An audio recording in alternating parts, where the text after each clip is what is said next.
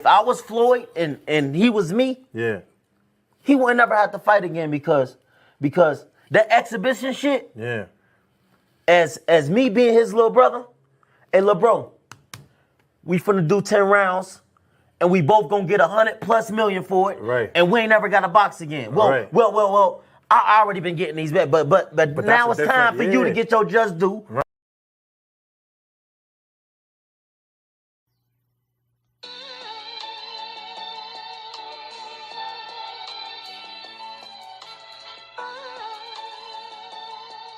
Yeah, you know the deal. We back again. Yo.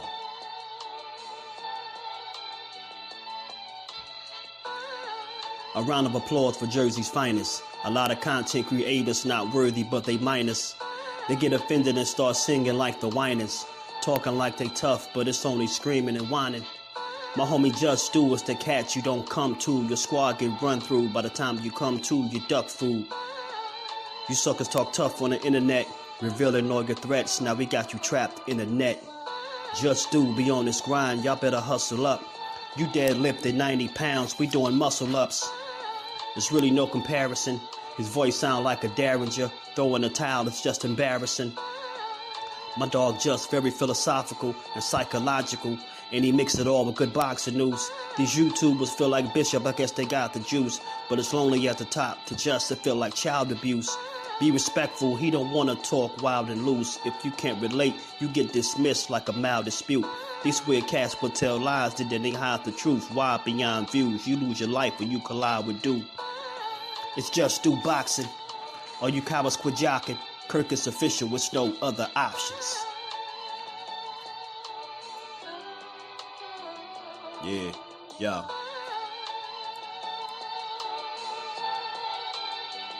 You know the deal. Judah Ben, we in the spot. Just Do Boxing, yeah. And of course, shout out to Mrs. Do, holding the whole family down. Word 'em up, word 'em up.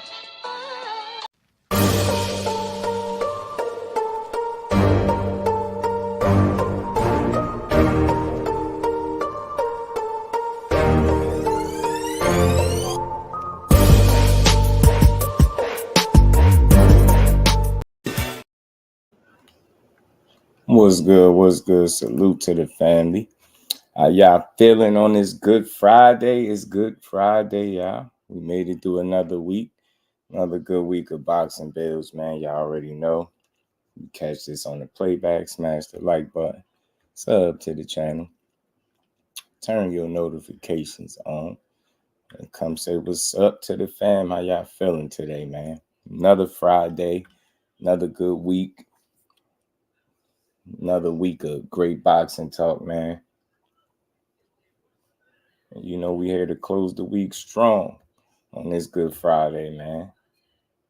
We here to close the week strong. We gonna talk about a few things, you know.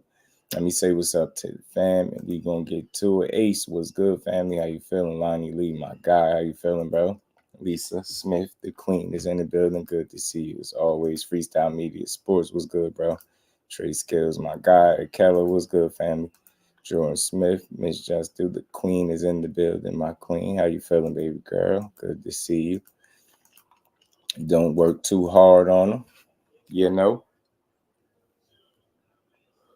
Yes, y'all. Yes, y'all. Yo, did anybody catch Devin Haney doing like an interview? You know, like I guess it was like a phone call with Dan Rafael. Dan Rafael, however you want to pronounce it. Mike Mazak, my bro, in the building. Tim Layton, how you feeling, family? What's good, bro?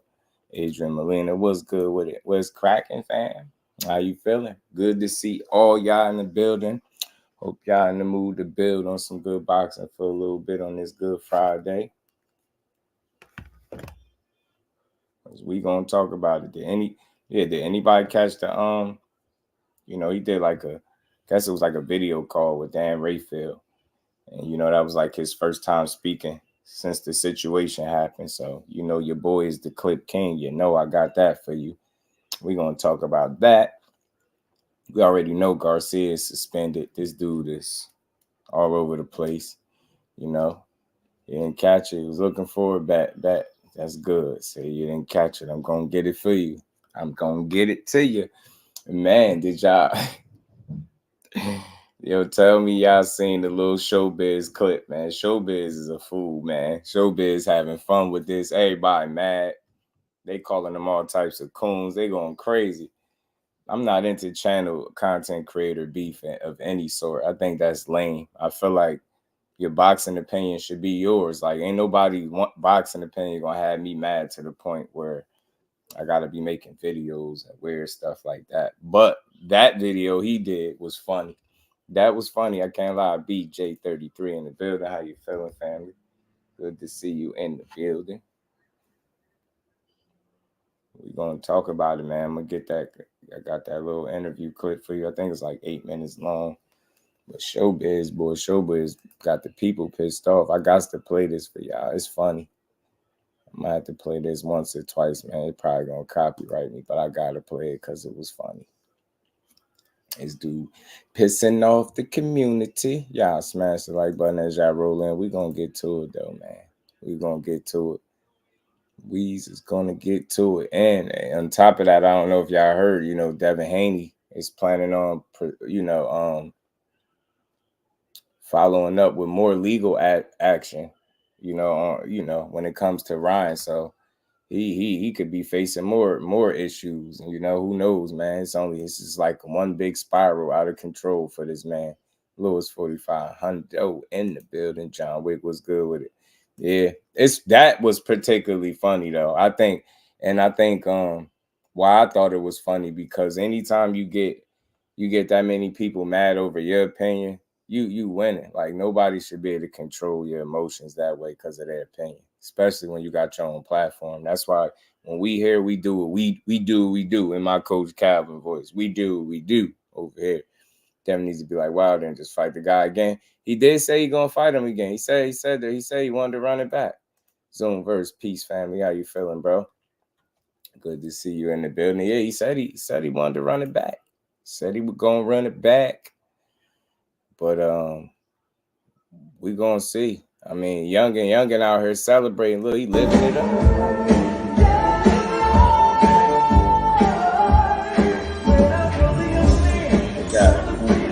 Y'all just mad because y'all ain't got moves like that. You know why y'all mad. Y'all ain't got moves like that. Y'all ain't got moves. Put him dead. Wipe his feet on him. Get side to side on him. Side to side, spin on him. Man, he having fun with this joint, man. He done got that old back, man. You know, my bro Jay said that's the I got my old back dance, man. He was getting busy, man. You see him getting busy, wipe the feet on him. Dad was getting busy. You wasn't feeling the footwork, Kello. Cal, cool and bless his family. How you feeling, bro? People know how to get attention for certain crowd. Oh, for sure, John Wick. But see, one thing I'm glad to see, though, like, when stuff like that happen, you see how I give it up over here? Everybody get their just due. It ain't about just agreeing with me. It's about just having to build and rocking out. You know what I mean? Just rocking out. Salute to my bro Trey, man. Getting my support out the way early. Blessings, man. Salute to my bro Trey in that Cash App. Always supporting the grind, man. Appreciate everybody that continues to support the grind, and we gonna keep building. Y'all the real MVPs out there. Salute to my brother Trey. And we ain't never got a box again. Well, right. well. I already been getting these back, but now it's time for you to get your just due. Salute to my guy. He's gonna get to it.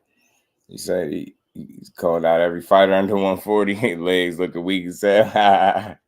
Face of boxing is capped. That man ain't the face of nothing, man. Look, man, Showbiz did a video on him, man. Showbiz got the cutting up and clowning, bro. Might copyright me for this, but I'm gonna edit the joint out. But this was a little funny. I'm not gonna lie to you. Yo, the fight didn't happen. It's ruled a no contest. We won that one. Let's get money. Still undefeated. I'm still winning when my time is up. still winning when my body's down. The fight didn't happen, you didn't see it cause my O was down. The Octarine had his team stronger than the Hulk when he knocked me down. I got up, listen up, don't you know the boot soul didn't serve its purpose, I fell down. And I didn't want to bother me and his father, like same hand in the fight.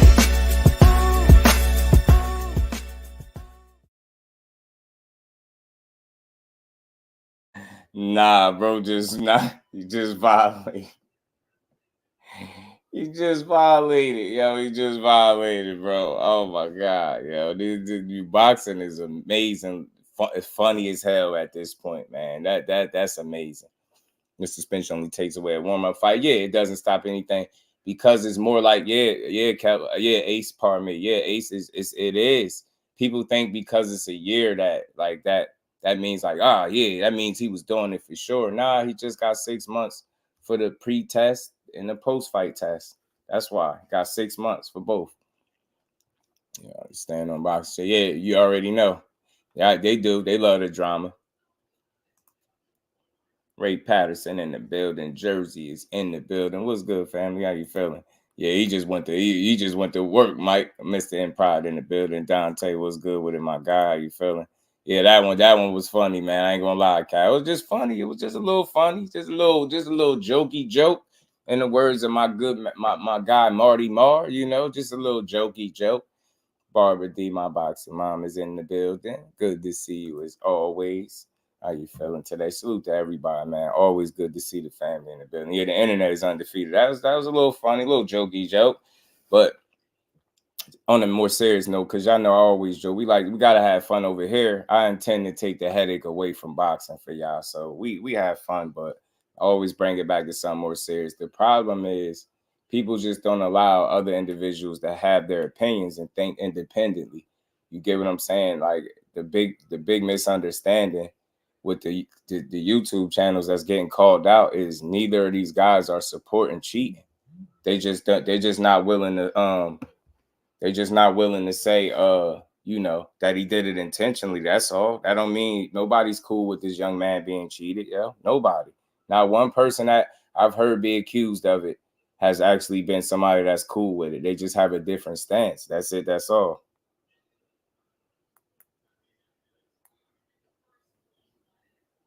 That's it. That's all.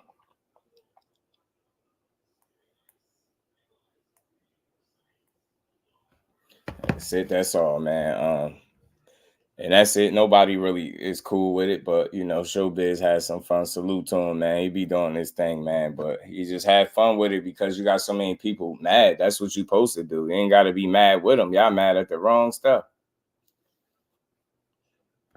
Ryan got suspended, and it is what it is. And one more thing that I wanted to add to that, y'all, I got a message. Let me read this to y'all. King said, it's over. Ryan slept Devin. His mom has turned his dad into, oh, man, damn. He says, career in the dirt. Shit, damn, King, you harsh. You harsh, man. Nah, he'll be back, bro. He'll be back. But, again, all right, so let me get this out to y'all because I got salute to my guy, LetsBuild. Ryan Garcia tested positive for Ostarine in a drug test conducted by the New York State Athletic Commission, post-fight test, not a VADA test. So that makes the third positive test for Ryan. 2 VADA and 1 for the New York State Athletic Commission. But, he won't be receiving no additional time or nothing like that. So I just wanted to throw that out there for y'all. Salute to my guy, L-Dub.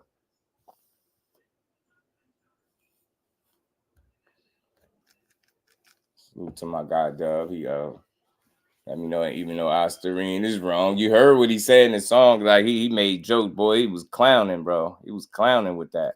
He had some fun with that one. But look, he did test, but the New York State Athletic Commission tested him as well. Of course, he failed that as well, but he ain't going to receive no additional time. Like I say, he got 6 months for the pre-fight and post-fight. That's it. That's all. He talking about he going to UFC and all this other weird stuff. Whatever. You know what I'm saying? Whatever. But let's get to this, man. Let's get to this. Devin Haney did a interview, I guess a phone call or call in with Dan Rafael, and he was talking about the situation. And like I said, he's planning on proceeding further with this. Hold on, where's the post at? Okay, Devin Haney has declared that he's planning to take further legal action against Ryan Garcia following his 1-year drugs ban. Haney is adamant.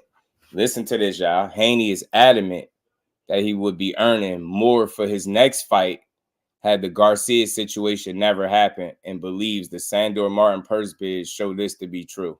My lawyers will do what they've got to do to prove that in court against Ryan. We will take legal action because it has affected me not only financially, but mentally, and let me take this off, but mentally and everything. This is what he said. This is what he said. This is what he said. So,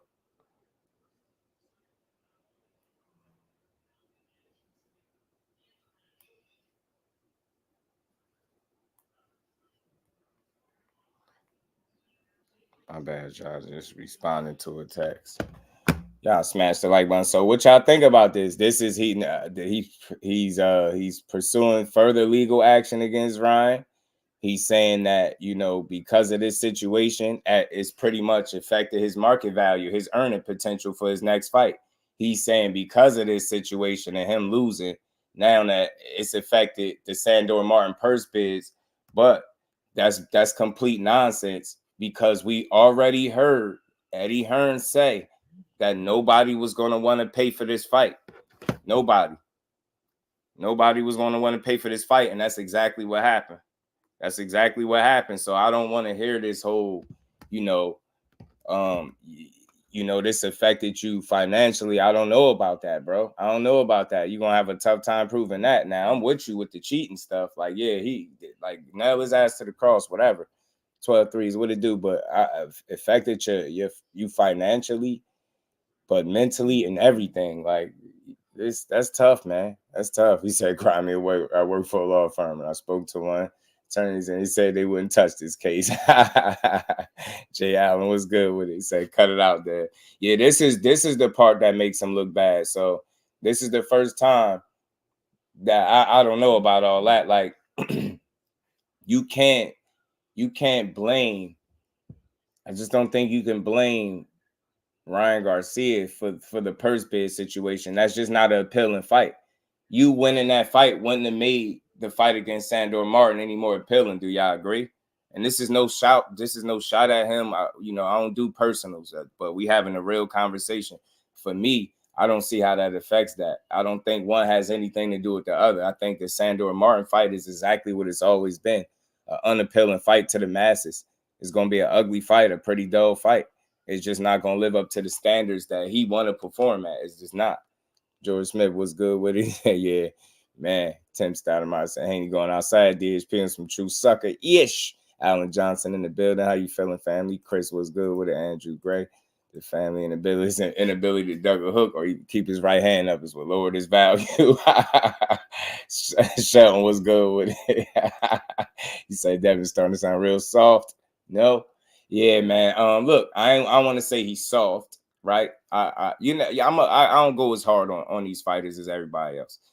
I'll say I just don't agree with this. It doesn't make him look good. It doesn't hold him in a good light, because it almost makes him look what some people are going to call, I don't know, some people might say delusional. I'll just say I don't think he's in touch with reality if he thinks that the reason that nobody bid on this Sandor Martin fight is because what happened with him and Ryan. I truly don't think so. I think had he went out there and boxed Ryan and beat him, I think he would still be in the same situation.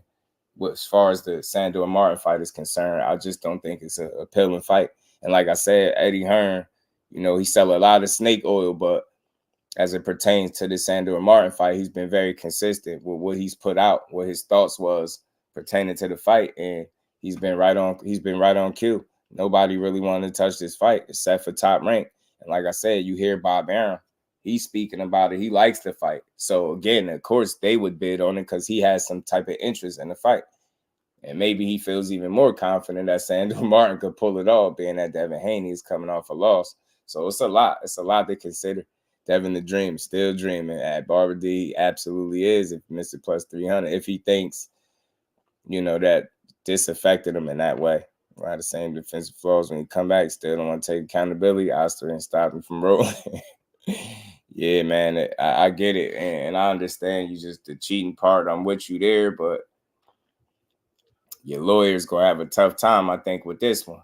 I ain't gonna lie. Yeah, I ain't in that field, but I just don't see when you really look at that. Like, I don't think that's gonna be evidence of anything. I think that fight just sucked. For lack of a better term, it's just not a good fight, a appealing fight, because stylistically, it's not a fan friendly fight, to say the least. But it is one that I think he could win and just get it out his way. You know what I'm saying? Get it out his way. You know what I mean? Get that damn, beat Sandor Martin up. Get your league back with Ryan when he come back after the year, and beat him up too. You dig what I'm saying? I'm rooting for the young man, but all this, you already got your O back. Just chill right there. Like, now I'm with you as hard as you wanted to go for that situation with the Osterine. I have no issue there. But after that, like, bro, stop. Your value is a little shitty because of, you don't have the most pleasing style. And then, like I said, you were getting in there with a Sandor Martin. Same deal with him. So it's just not a fun fight for nobody. And then nobody really want to see it. Just think about it this way, y'all. He don't even care to fight the guy. And it's not because he's scared. Don't give me that. Dad ain't scared of no damn Sandor Martin. But he don't even care to fight him. And I don't think that's because he's ducking him per se. Just don't think he care for the fight because he know it ain't about nothing like that. He got bigger fish to fry is what he feel like. But this is exactly why I said yesterday he need to get on the horn with Eddie Hearn, because he could save the situation and maybe potentially get around that Sandor Martin fight if he could square away a unification with Lynn Parrow.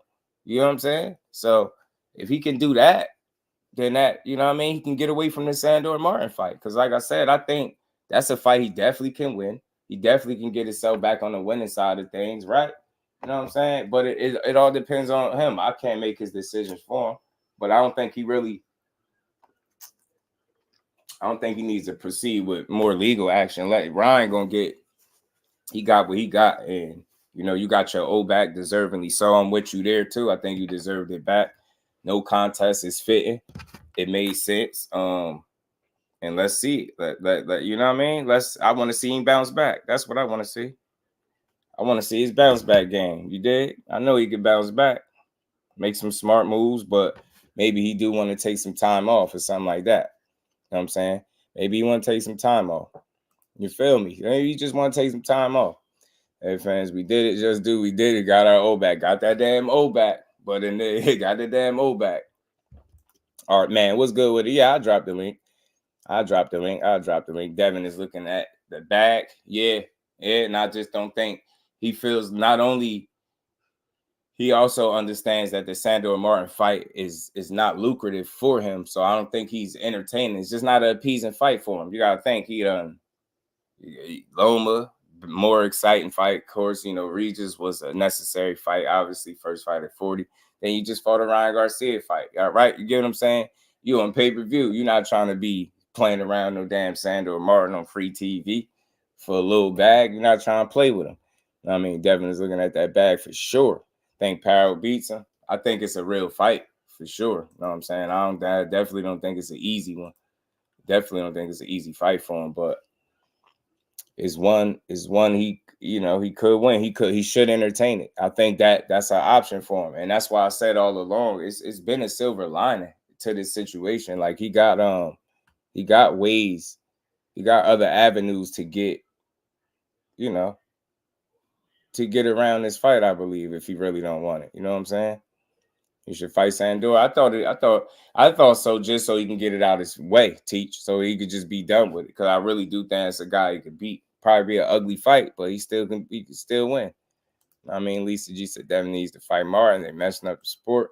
I get it, because he been waiting in the win, so he do deserve an opportunity. He do. But look, the only way I'm cool with the not fighting of the Martin thing is if he try to get a unification with Lynn Parrow. Them unifications are Trump the mandatory, but Sandor Martin has been waiting, and I think he from what he's saying, he definitely won his opportunity for sure. He wants to win. He won a shot at the title. I mean, he got a lot of experience. He had a much later point in his career than Dev is. He playing with house money. He ain't really got nothing to lose. He don't really got nothing to lose. Nothing to lose and everything to gain. But his skills pay the bills for sure that.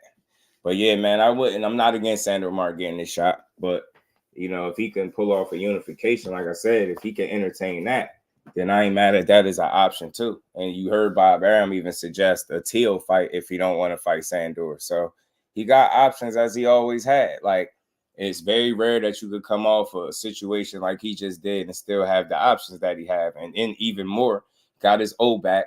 The fight still happens, so you got to process and deal with that, right? And address those issues there. But still in all, after you get over that initial hump, once you address the issues that took shape in the fight, now you got options that you could explore that could be beneficial to you. You know what I'm saying? Things that you really want. So that's all. I just want to see what he's going to do next. Fly frequency. What's good, Brody? How you feeling? About TL? Yeah. That's a good one. Frequent, but I know Bob was saying, Bob said something along the lines that he had about 10 days or something to decide if he wanted to fight Sandor or something, or I think they were going to strip him. And then, you know, he talking about stepping away for a while. I don't even know how long he going, you know what I'm saying? I don't know. So, but I do know that's a good fight, and it's an option for him. Like, all these fights are fights I want to see. The only fight we really don't care about is the Sandor Martin fight. But at the end of the day, that's just because it's Sandor Martin. Like, we don't care to, you know what I mean? But I'm not against him getting his shot. You know what I'm saying? He been waiting for a minute, missing plus 300. He been waiting for a minute. So if I get mandatory, it's restricted immediately because the same way someone gave Ever shot at the belt when he wasn't a big name. Martin deserves this shot. Listen, I'm not Lisa G. I'm not against Martin getting a shot at all. I feel you. I hear you. Knight Rider. What's happening with it, fam? What's good? He has no value due to Ryan beating him, but yet they ruled the fight. Didn't happen technically. True. Kirk Douglas, what's good with it, family? Yeah, but the sanctioning body's got to co-sign those options, or am I wrong?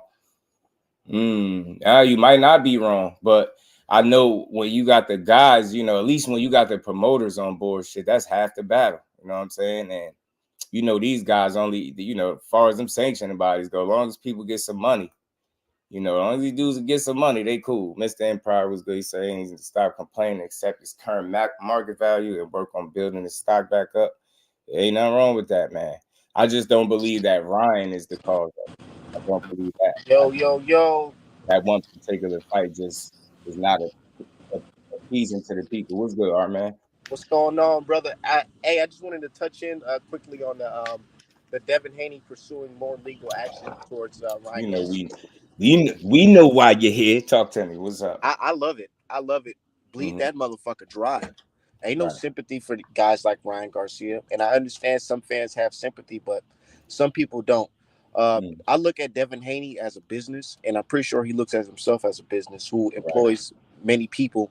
So by you going into a fight and this guy damage your business, you know, and goes in there and makes you lose value by knocking you on the floor and all that type of shit, I feel like there's nothing wrong with pursuing a case in that, because he can prove based off the purse bids. And I understand Sandor Martin is not a marketable fight, but still, the judges won't know that. The judges will see, they see numbers. They see, okay, he was offered this for the last fight he had. Now look at the numbers now after that fight. Right. So I wouldn't be surprised if that's like an open and shut case when it comes to a civil suit with Ryan Garcia, man. And I wouldn't be surprised if Ryan Garcia doesn't complete this suspension, because he's required to submit random drug testing for 10 months. Can you imagine Ryan sober for 10 months? I think for the year, bro. I think it's for the year. For the whole time I heard the testing is 10 months, but I could be wrong. Yeah, he got to be in a program for pretty much the whole time he's suspended. And you know, weed, cocaine is a banned substance. Right. So, man, I mean, that's good for like him, though. This suspension might be a little longer than we expected, bro. But yeah, bleed him dry. And then when you add in the Logan Paul lawsuit and that NutraBio lawsuit, I wouldn't be surprised if Ryan Garcia is filing for bankruptcy by the end of 2025. And I swear I'm not even trying to be funny, but I'm just looking at it from like a business point, because it's like, dude, You costing people a lot of money. Right. And if the fans, I ain't saying the fans are stupid, but if the fans wanted their money back for real, all they got to do is just file a class action lawsuit towards Ryan Garcia and say, I betted money on the fight and I lost money due to him being on performance enhancing drugs. Kind of like how they're going to file a class action lawsuit against Manny Pacquiao for blaming the loss on his shoulder for Floyd. Right. So, yeah, man, I wish nothing but the worst for Ryan Garcia. I'm not a sympathetic person. I can't be. It's just not in me. Right. But yeah, Ryan Garcia, I hope he learned his lesson, though. I really do. And I hope many boxers learn from this that never underestimate your opponent. My biggest take back from this as a Haney fan is never underestimate your opponent. If you feel like your opponent is on something, nigga, make sure you triple check his ass. Make sure you send your own personal investigator to watch his camp and figure out what's going on with him. Because as we see with the WBC, they're showing none but sympathy for Ryan right now, saying they're not going to do anything with his name in the sanctioning body, which is understandable because I'm pretty sure they want to keep his name in the WC rankings just in case he do come back, and then Devin Haney and Ryan Garcia, they can be involved with that second fight.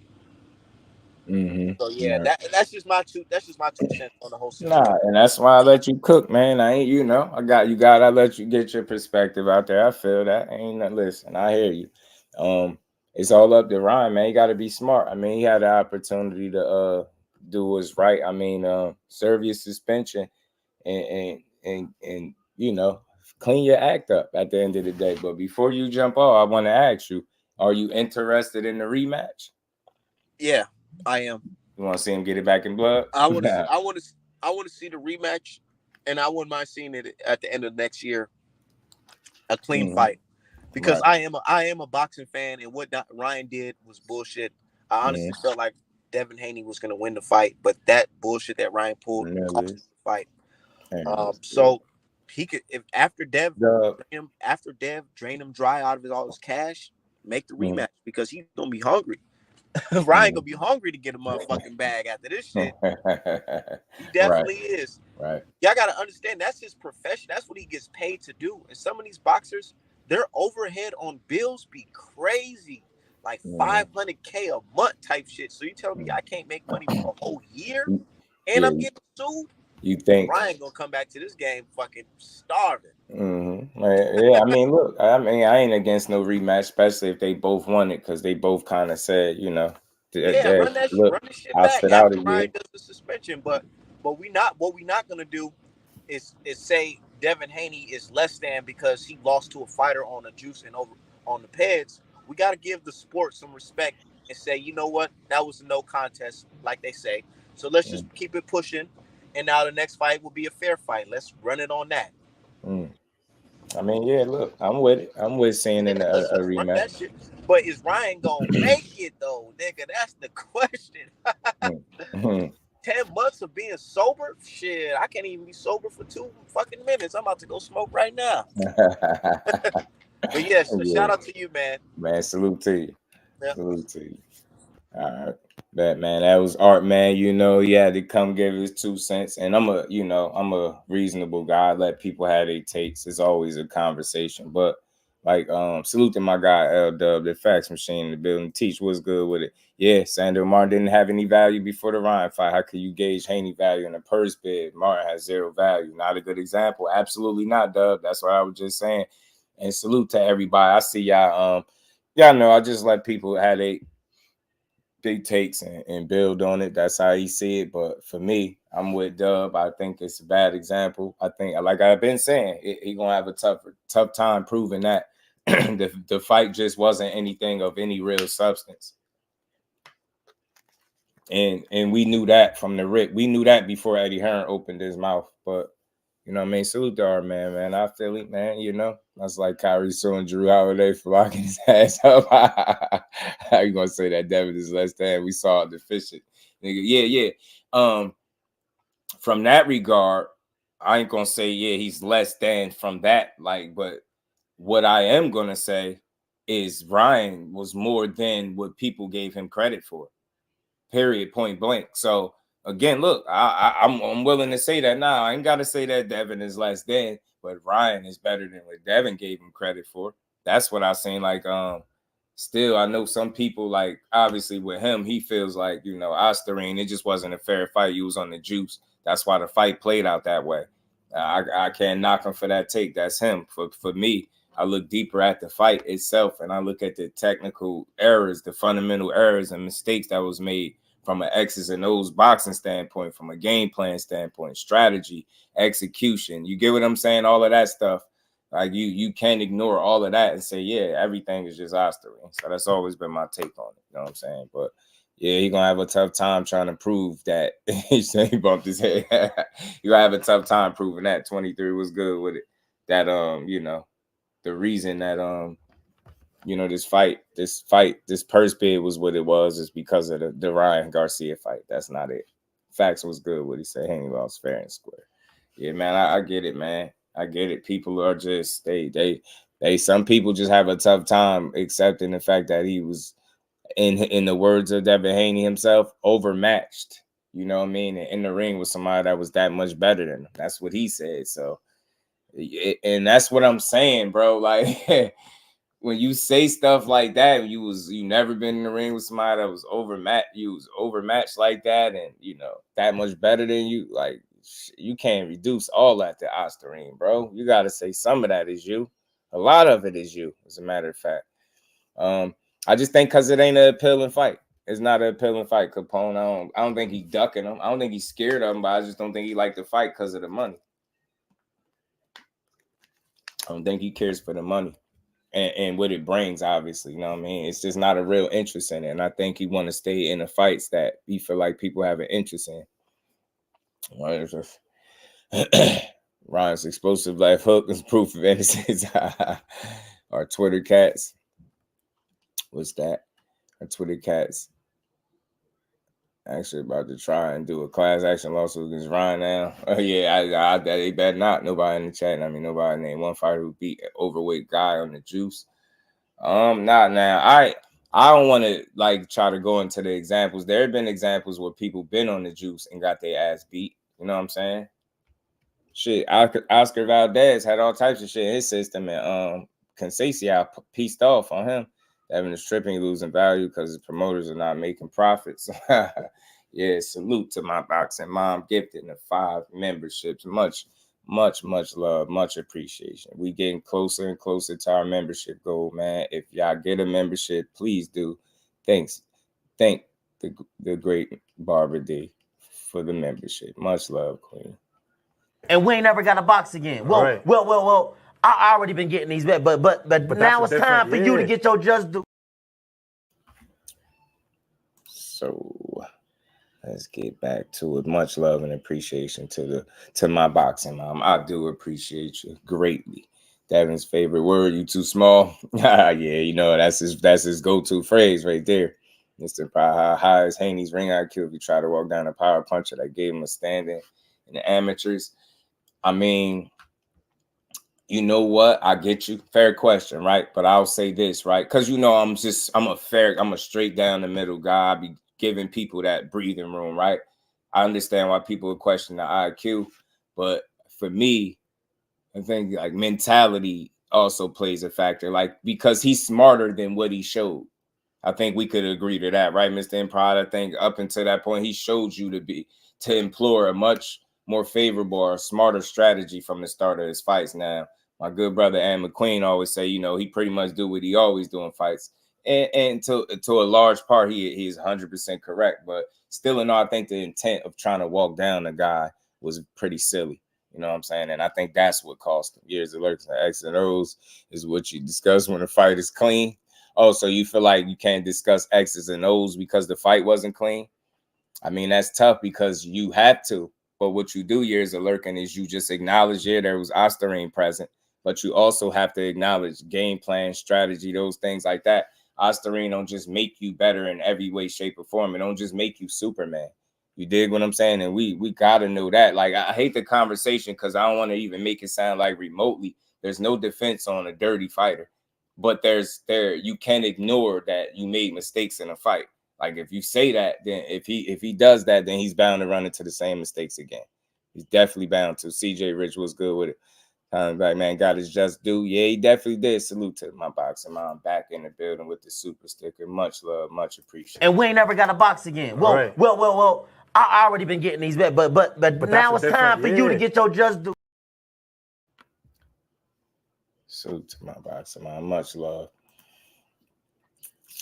So I get you, but you know, that's just a real conversation. I think some people can't separate the two, right? They think if you saying that he did things wrong and he made mistakes in there, that's like saying you cool with Osterine. No, that's not. But you have to be so much of a fan to be blind to ignore that mistakes were made. And if you put everything on just Osterine, then I think you looking at the situation wrong. You missing some things. So yeah, you say yeah, there's some things in there that you just can't ignore, right? For sure, but can't ignore.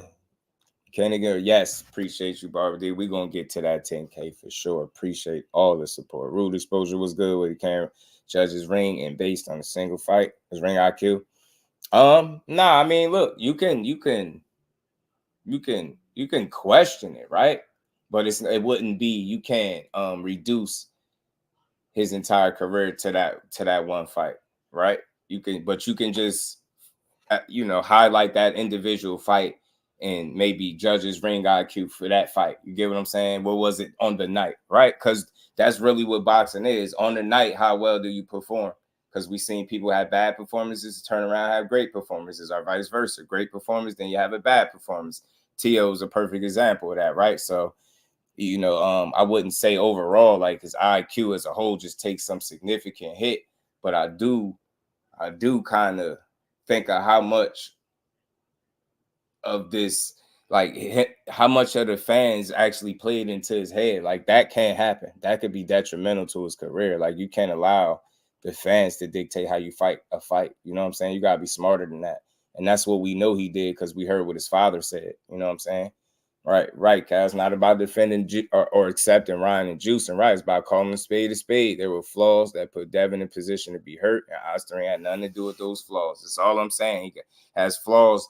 They were exploited. They were put on Front Street on the fight. That's all we are saying. We're not saying, yo, let's ignore Osterine and let's just say, Dev, it was a clean fight. Nah. But we not fools. We're not fools. So again, if you think that's just all Osterine, I'm willing to bet if he approaches the fight, if he rematches this guy and approaches it the same way, he might actually get knocked out this time.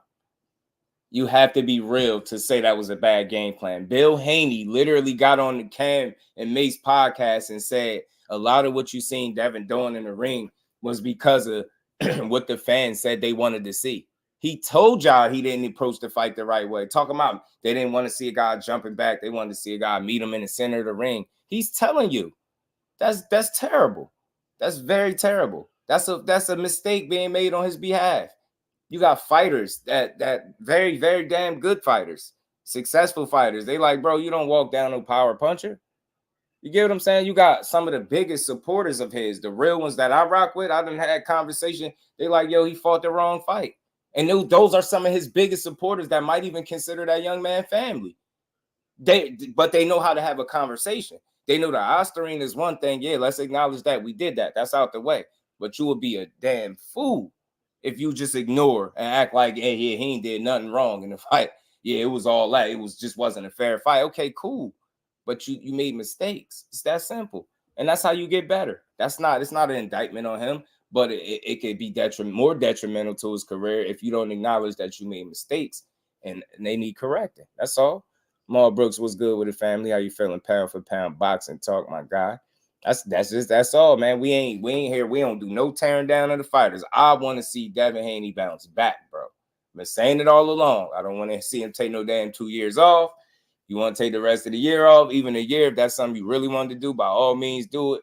But I'll say, man, get your ass back in the gym and get to it, man. You got business to take care of, man, But a break is definitely understood, I mean? He's been dedicating his life to this sport since a kid. So if you want to take some time off after a tough situation, a grueling fight, a tough 12 rounds, then he entitled to do so. But I'm here supporting him when he get back. But I would like to see what his next option is. Fighting words was good with skills, pay the bills, PD get you extra power, so you can't say that.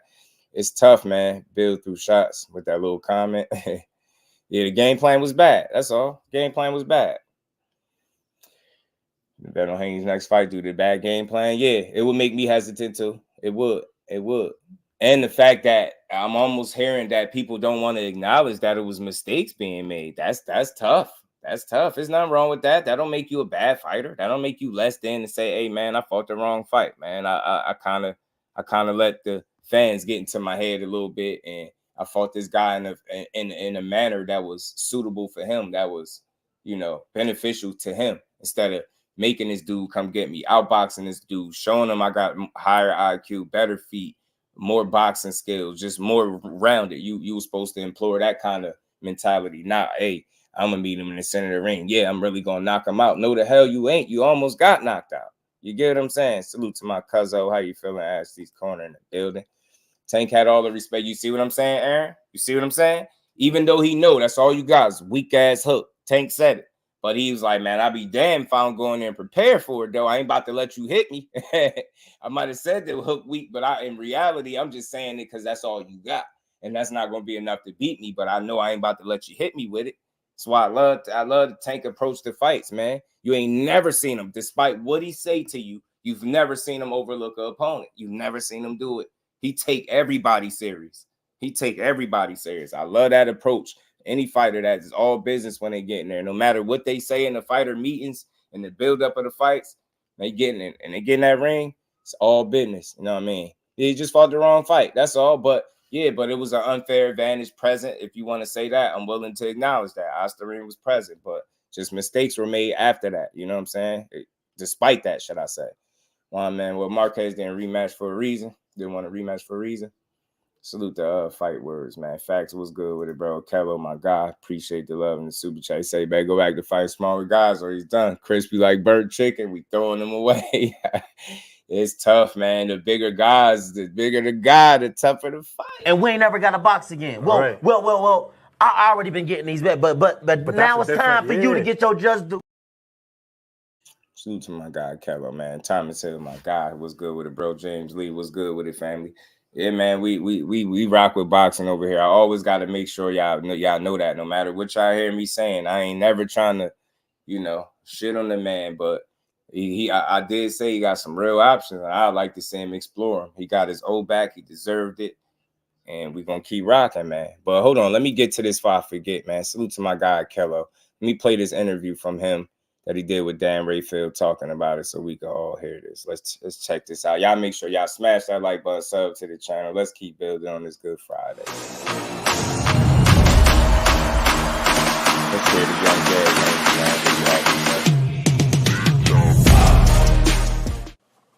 Well, you can start off by just giving me your reaction to I guess you've seen the penalty that New York issued to Ryan Garcia related to your fight. He gave him a 1-year suspension. He's got to forfeit his official contract purse of $1.1 million. He's got to be randomly tested. He's going to be fined the maximum, which is $10,000 by the state. Can you give me your thoughts when you heard about that? First off, I want to thank God, Allah, because he's a perfect planner. I said this before. I said this, before the fight. I said it after the fight. Through this whole process, I just, kept praying, and God has answered Allah has answered my prayers. I want to thank the New York State Athletic Commission for doing the right thing, making the right decision. We've seen, these type of things happen where the commissions haven't did the right thing, or politics and stuff have gotten in the way of the right decision. But the commission did the right thing. So I thank them for that. I think my fans, that stood up for me, the people that stood up for me, the reporters that stood up for me, because I've seen a lot of people, just standing up for what's wrong and not what's right. And, performance enhancement drugs shouldn't be in no sport. Right, I agree with that. In general, especially boxing. At the end of the day, every time we step in the ring, we put our lives on the line, and I just wanted. I just want to be on an even playing field every single time that I step in the ring, and this has made me advocate even more for it, and pushing for it, because it could have happened to anybody. I think I'm thankful that it happened to me because I'm strong enough for it to be able to take what happened and move forward and not break me. So one of the things about this, Devin, that strikes me, and I think this might be lost on some people that follow this more casually or who are blinded by the reality. This is not a punishment that the commission just unilaterally imposed on Ryan Garcia.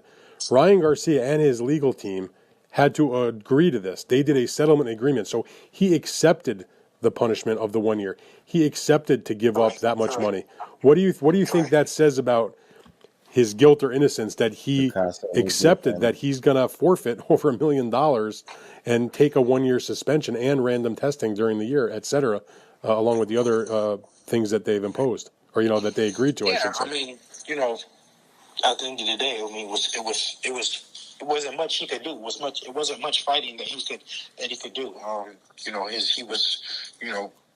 He was guilty, and it was proven. The proof was in the pudding. So, he said he had no choice but to accept, his punishment.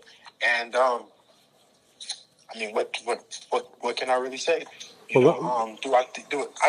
I think he should have been banned for even longer. I think he should be banned from boxing, because. And I think he should have been fined anymore. I think that I should have been receiving, some of the money that was forfeited, because I was the one taking the punches in there. I was the one that was affected. I was the one that. I think actually that you may be getting a piece of that money. That's what I've been told, but we'll see if that comes to pass. As of from my team, from what I've heard from my team, speaking directly from the commission, my attorneys and stuff like that, no. Okay. Let me ask you this. So what is your perspective and your thought about the fact that they changed the result of this fight to a no contest? They had the option, and I know your lawyer in a letter to the commission pressed for it to be changed to a disqualification, which they could have done, but in the end, they elected to make it a no contest. What is your thought about the no contest? Honestly, I wouldn't have wanted to have a victory that way. I'm a real fighter, and I've gotten 31 wins. Stepping in the ring and winning the right way. I wouldn't have felt right. It being a victory on my record when I didn't win the fight. But the loss does come off your record. But the loss comes off my record because at the end of the day, I wasn't on an even playing field. I stepped in the ring with a guy that was taking performance enhancement drugs, and at the end of the day, it's not even. It's not a fair fight.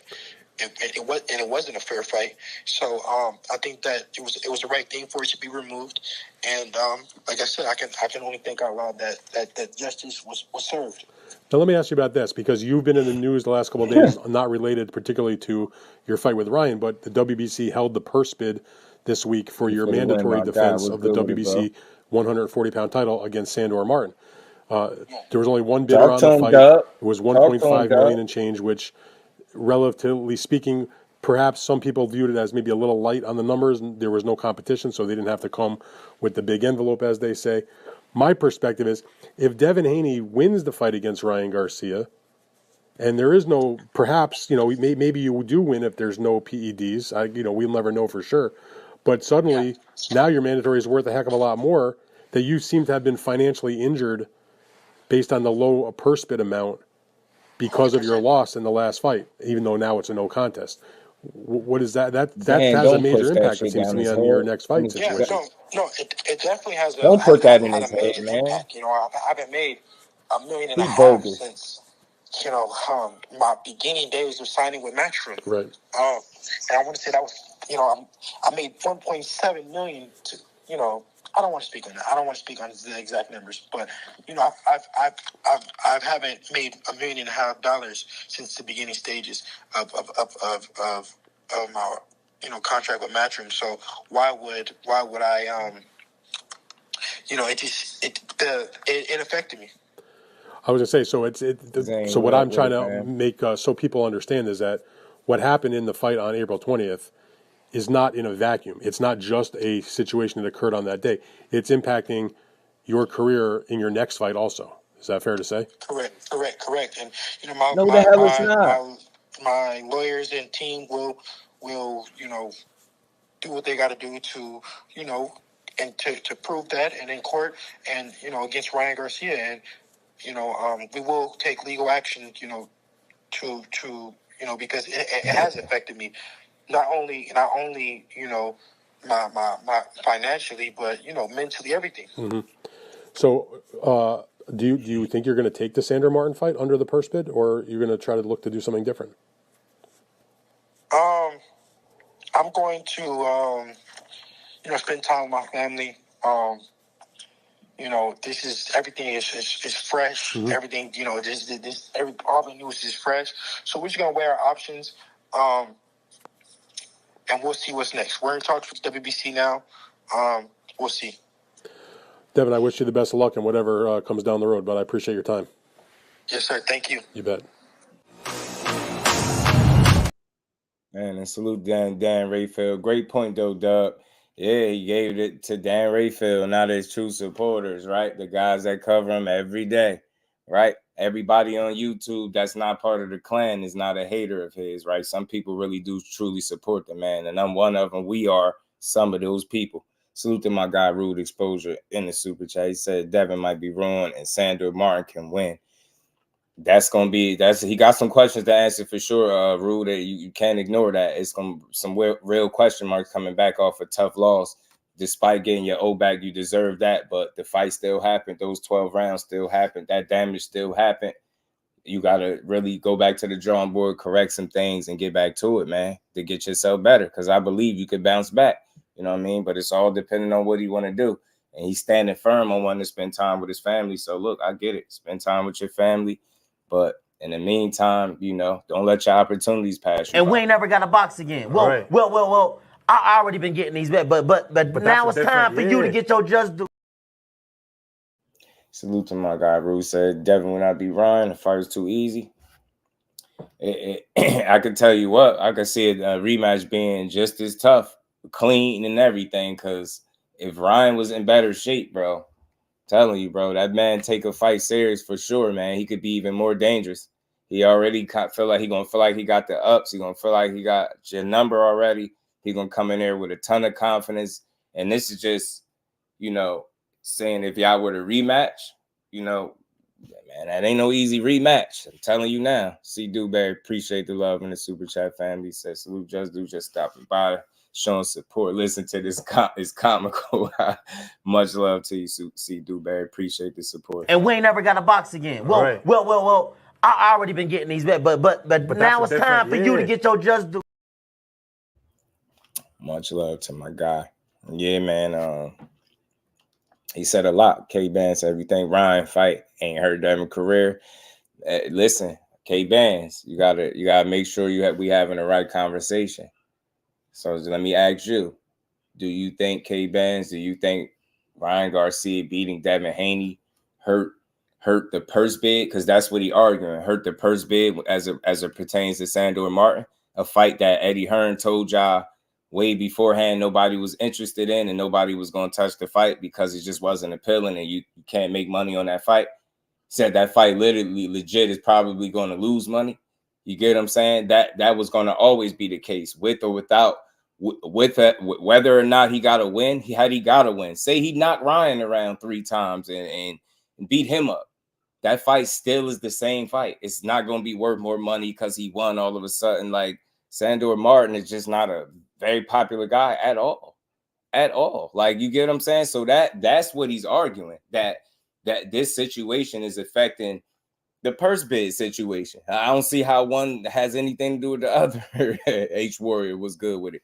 Make sure if there's anybody new in the building, make sure y'all smash that like button, sub to the channel. Make sure your notifications on. Let's keep rocking, man. Grant Oliver was good. I don't like that, brother. I hate to say it, but I don't like him. Salute to Grant Oliver. I understand, bro. But look, I'm a fair guy. Urban Mac, my guy, was good with it. My personal opinion that it's done, and now he really hurt because the network don't believe in him anymore. And look, you know what it is. I don't even know if it's all the way that. See, Irvin, right? You know what I think the reason is? Eddie Hearn hit at it. He said it. Said, I have no contractual obligation to you. You get what I'm saying? You remember he's a free agent, right? So to speak, he's his own boss. That stuff, I think it has pros. I think it has cons. And I think this is part of the cons.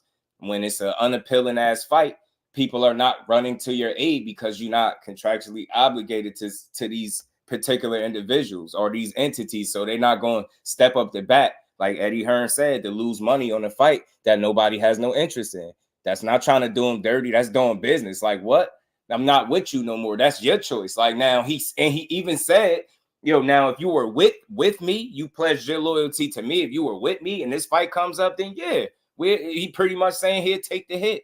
Whatever the fight do what it do, he pretty much accepting that. But the fact that you're not with him, you can't blame him for not bidding on no damn fight. And he made a great point. And I'm not here to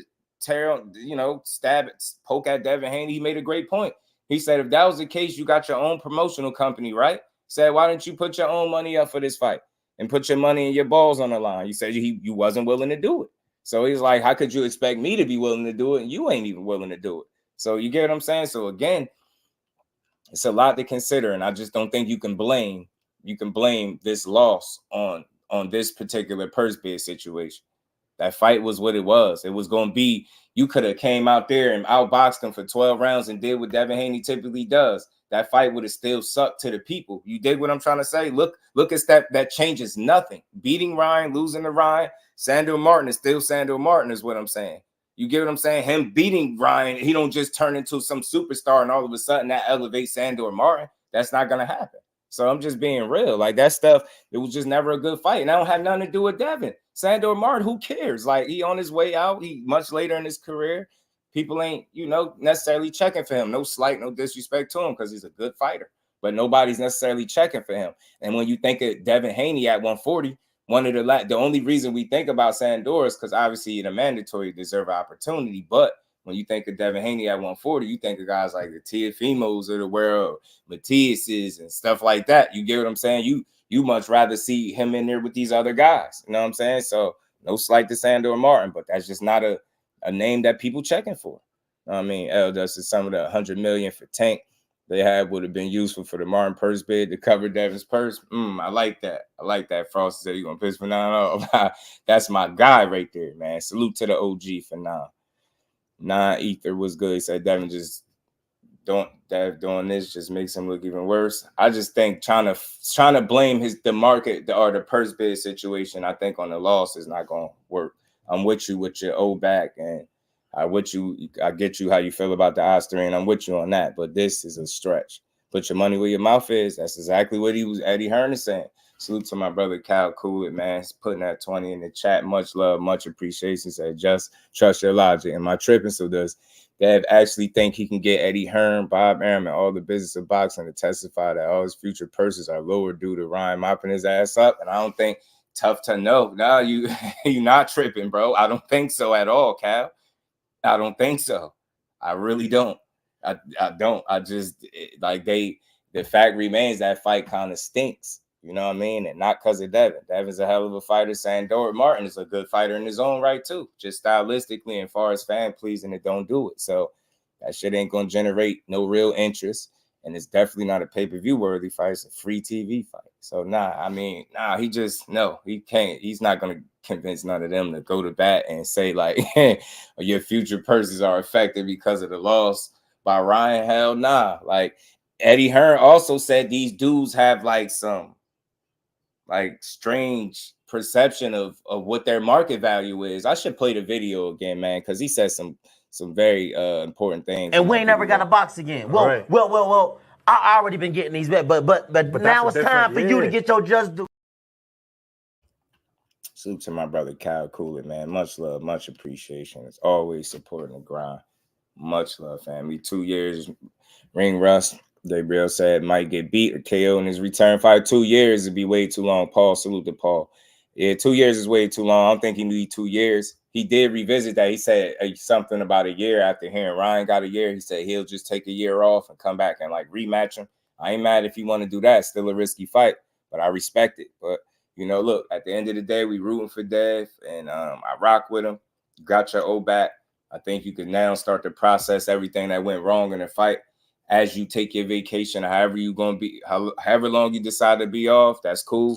But you get back, you got some options hopefully waiting for you. You know what I'm saying? But I hope the time off don't kill any potential options that you had lined up. You know what I mean? Shit, Lynn Powell unification sound pretty cool right now. You know what I'm saying? Teofimo fight sound pretty damn good. You know what I'm saying? Then you got the Sandor Martin fight that is just, you know what I mean? So salute to my boxing mom, Barbara D, being a member for 18 months, almost the whole time I've been here. It didn't change a thing. So suck it up, Devin. Gotta, you know, on this part, suck it up. Not the eye stream, not that, y'all. Just this part, like the your market value and this purse bid, like think you need to come in terms with reality. You fresh off a situation where you and the guy you just fought said that y'all didn't receive payment. Y'all both said this. Y'all legit said y'all didn't receive payment. This was what, a couple weeks ago?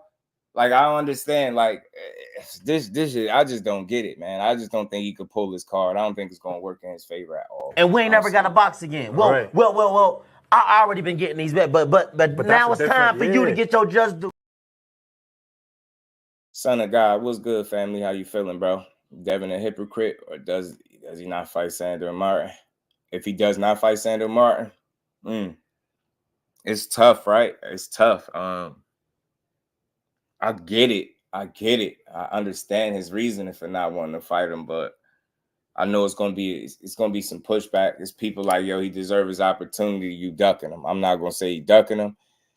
I just would like to know what he gonna do. If not Sandor, then who? Because if not Sandor, does that mean you vacate the title now? He said he wasn't vacating the title. And remember, Eddie Hearn also said he was like 100% sure that he would vacate the title. He also said that. So he got options. He got some real decisions to make. But it sounds like he don't fully got his mind made up. Like he said, all this stuff is still fresh. Sound like he's still processing everything. You know what I mean? Dave, you still got your ass beat. That he did. Cut creator rematch 145. Hey, that might not even be out the realm of possibility. Cut creator. What'd he say? He said he ain't fighting that weight classes no more. Say when he get back, he ain't even fighting that weight classes. He fighting at whatever weight he want. Remember, he said this. Say he fighting at whatever weight he want. Bro said he fighting at whatever weight he want.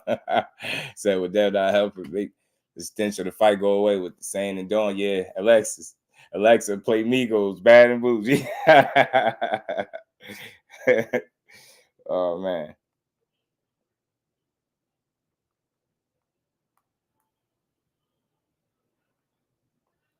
Oh man, play bad and bougie is funny, bro. So yeah, man. If he don't fight Martin, he ducked him. That's what they're gonna say. They're gonna say it. You get what I'm saying? They're gonna say it. They're gonna say it. Price boy, what it do? Let's be honest, Haney has never fought a mandatory. I don't think he has to. A pimp named Slickback. Devin Haney's gonna lose bad again before the Ryan rematch. Damn, a pimp named Slickback. Who you think you're gonna lose to, man? If there's anybody new in the building, make sure y'all smash the like button. Make sure y'all sub to the channel. Keep rocking out with your boy. Talk to me. Let me know what y'all think on this Good Friday. I mean, Devin Haney said, "Look, man, we ain't done yet. We pursuing further legal action. We ain't playing with you, Ryan. You're messing up my bag." That's what Dev saying. Dev said, "Man, Ryan, man, you done cheated me. You know what I mean? Yeah, I done took an L, but I got my O back. But you done cheated me, and you messed up my bag. You messed up the market value. Purse bids going crazy. Nobody want to fight. You bogus. Sandor Martin fight ain't hitting." He looking like, man, I'm about to take some time off. They say, you know, you got Sandor Martin. He say, yeah, I think I'm going to go spend some time with the fam. Dev like, Sandor who? Sandor what? Nah, I don't want no Sandor Martin. How about Pitbull? Bole, what's good with it, bro? John Sandor had a stat. I think twice Barber did, if I'm not mistaken. Maybe twice. Maybe he took this, I think, step aside. I think twice. I think so. All the top fighters won't like to lose to a fighter Ryan beat. I mean, it's a tough road back because of how the last fight played out. You know what I mean? Despite the results, the fight still happened. The 12 rounds still was completed. It was damage being done. It's things that need to be addressed, and it's issues that need to be corrected. You know what I mean? That's like I feel Shakur pedigree is better than all them boys. His pedigree can't be ignored. I say that all the time, Rube. I speak about his pedigree all the time. Joshua was good with it. Devin should have made his moves before Mando got announced. Now it was ducking Sandor. That's how it's gonna look. That's what they're gonna say. They definitely gonna say he was ducking. They definitely gonna say that. I ain't gonna throw him under the bus. But you gotta make smarter moves, man. Smart moves from this. I ain't saying he made a bad move. I just think, bad move, bad approach to the fight. But that's one mistake. You still got the rest of your career. You're only 25 years old. He was already undisputed at 35. You got a title currently at 140.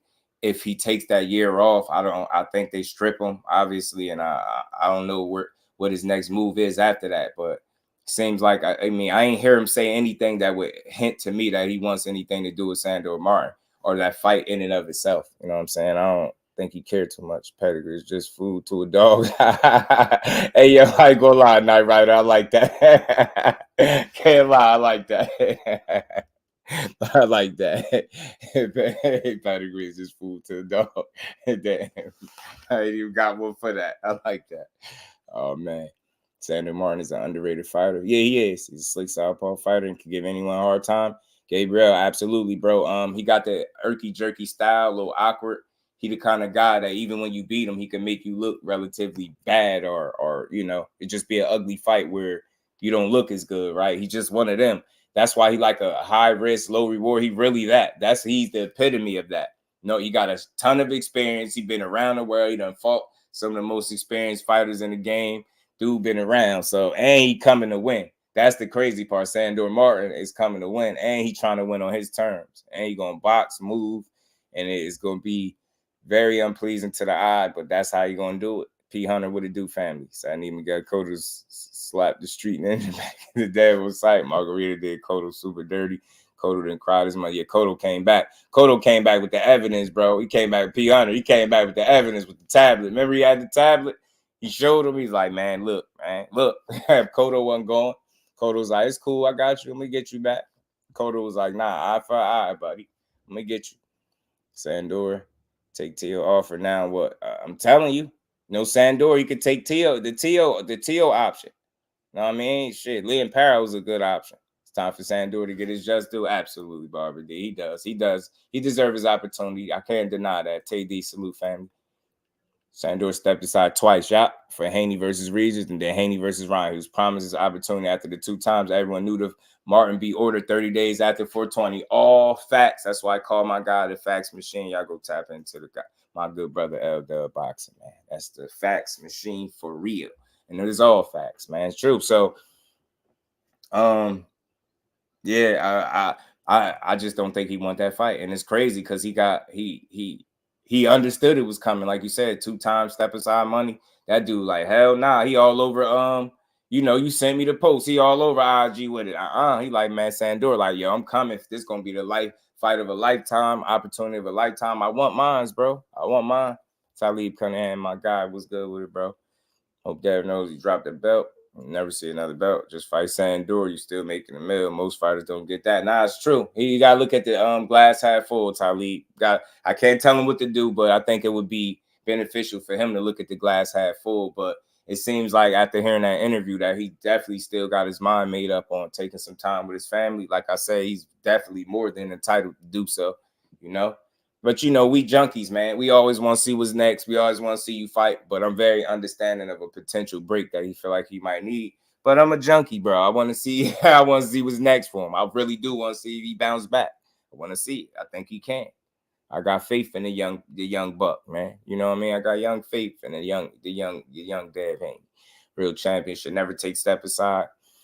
But I get you. But hey, Joshua, check this out. Just imagine being able to get 2 lucrative bags, not having to do anything, but still got the opportunity that you wanted anyway, right? Just think about it from that way, Joshua. Think about it. Now, these are fighters, right, where everybody, those paydays ain't always, you know, what they supposed to be. Like, opportunities don't always come. So here he is, 2 opportunities where he don't have to fight for it, and he can get step aside money. And then look, here's the kicker. The icing on the cake is, even with the 2 step aside purses, he gets to still get an opportunity for the belt. You can't beat that. The only thing is, it's like prolonging your situation, but paying you to do it. And I'm not mad at any fighter for doing it, because that he's still trying to make sure he got his opportunity. And think about it, Sandor Martin, in a sense, kind of did the world a solid, did Devin a solid, moved out the way, let him fight Regis, moved out the way. He gave us Ryan and Devin, even though it turned into this, you know, a shitstorm. But, you know, that's kind of, you get what I'm saying? Because he moved out the way, it created 2 more fights. And he still gets to fight for the title. So I ain't mad at it. I get it. I understand. I feel like I understand it. Get that bread, Sandor, to get that easy money. They're coming back at 160. I definitely don't feel like he coming back at I definitely don't feel like he coming back at 40 if he take a year or 2 off. South Crack TV says Shakur needs to rematch De Los Santos. Nah, I don't think so. I think that's a waste of time. I'm gonna say this and I'm gonna be done with it. Be real short. Shakur beat the man with 1 hand, sick and everything. He beat him with 1. What's Sandor Martin? I mean, what's De Los Santos gonna do with 2 hands? Beat him? Like, who really think that? Because I sure as hell don't. You know what I mean? We have, you know what I mean? Harvard D, we junkies. Catterall took step aside to allow Taylor versus Ramirez undisputed. That was a good thing. See how it was good for boxing? That's why I say all step aside ain't a bad thing, Dub.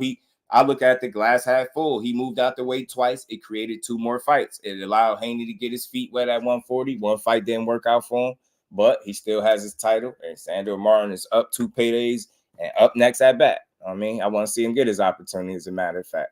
See if he could upset the apple cart. Because you know what? The reason why I want to see a Sandor Martin fight now, I just thought about it, because this been a year of the upset. This been a year of the upset. I ain't going to hold you. Ain't nothing been for sure. You know what I mean? Maybe, you know, obviously some fighters, but, you know, man, upsets been happening. How many dubs you said over this past weekend? 6? This been a year of the upset, man. I would like to see if he can pull off an upset. I'm telling you, facts, Cal. Like, I mean, not for sure. I'm just saying that's a real possibility, yo. He could have got more. You get what I'm saying? Whatever it was, I know he got good paydays. I'm pretty sure he did. To sit on the side twice, pretty sure they paid him. Especially when you want an opportunity, they probably did him right. Murtazali has stepped aside 4 times to allow Charlo to clean out 154 and become undisputed. That's why I call him the fax machine, y'all. Y'all gonna learn. You gonna learn, y'all. That's my guy right there. Urban Mac, Aisha, peace and blessing to the queen. How you feeling today? Shout out to Ryan B. I don't think he's confident to fight any of the other champions in his weight class. They even had Gary Russell beating him. I mean, I think it's tough. It's gonna be interesting to see what fight he chooses coming back with the options that he kind of leaving with. Like, say he do take this year off. You got the Sandor Martin mandatory. You got Bob Arum suggesting Tio. You got Eddie Hearn suggesting Liam Parrow. I mean, those are the options he essentially walking away from. Gianni Legion, what's good with it, family? How you feeling? Selfish to take step aside money to let a good fight marinate. Yeah, but fighters should be more selfish, not like fans going to watch future fights because you let a champ choose. I get it, but I think sometimes it could be good for the sport. DJ, what's good with it, fam? Amazing daytime soap opera. Right, Devin a disgrace to American boxing? I don't think so. Devin ain't never did nothing wrong to be a disgrace. All he did was lose, and he did that fair and square. He's not a disgrace by any stretch.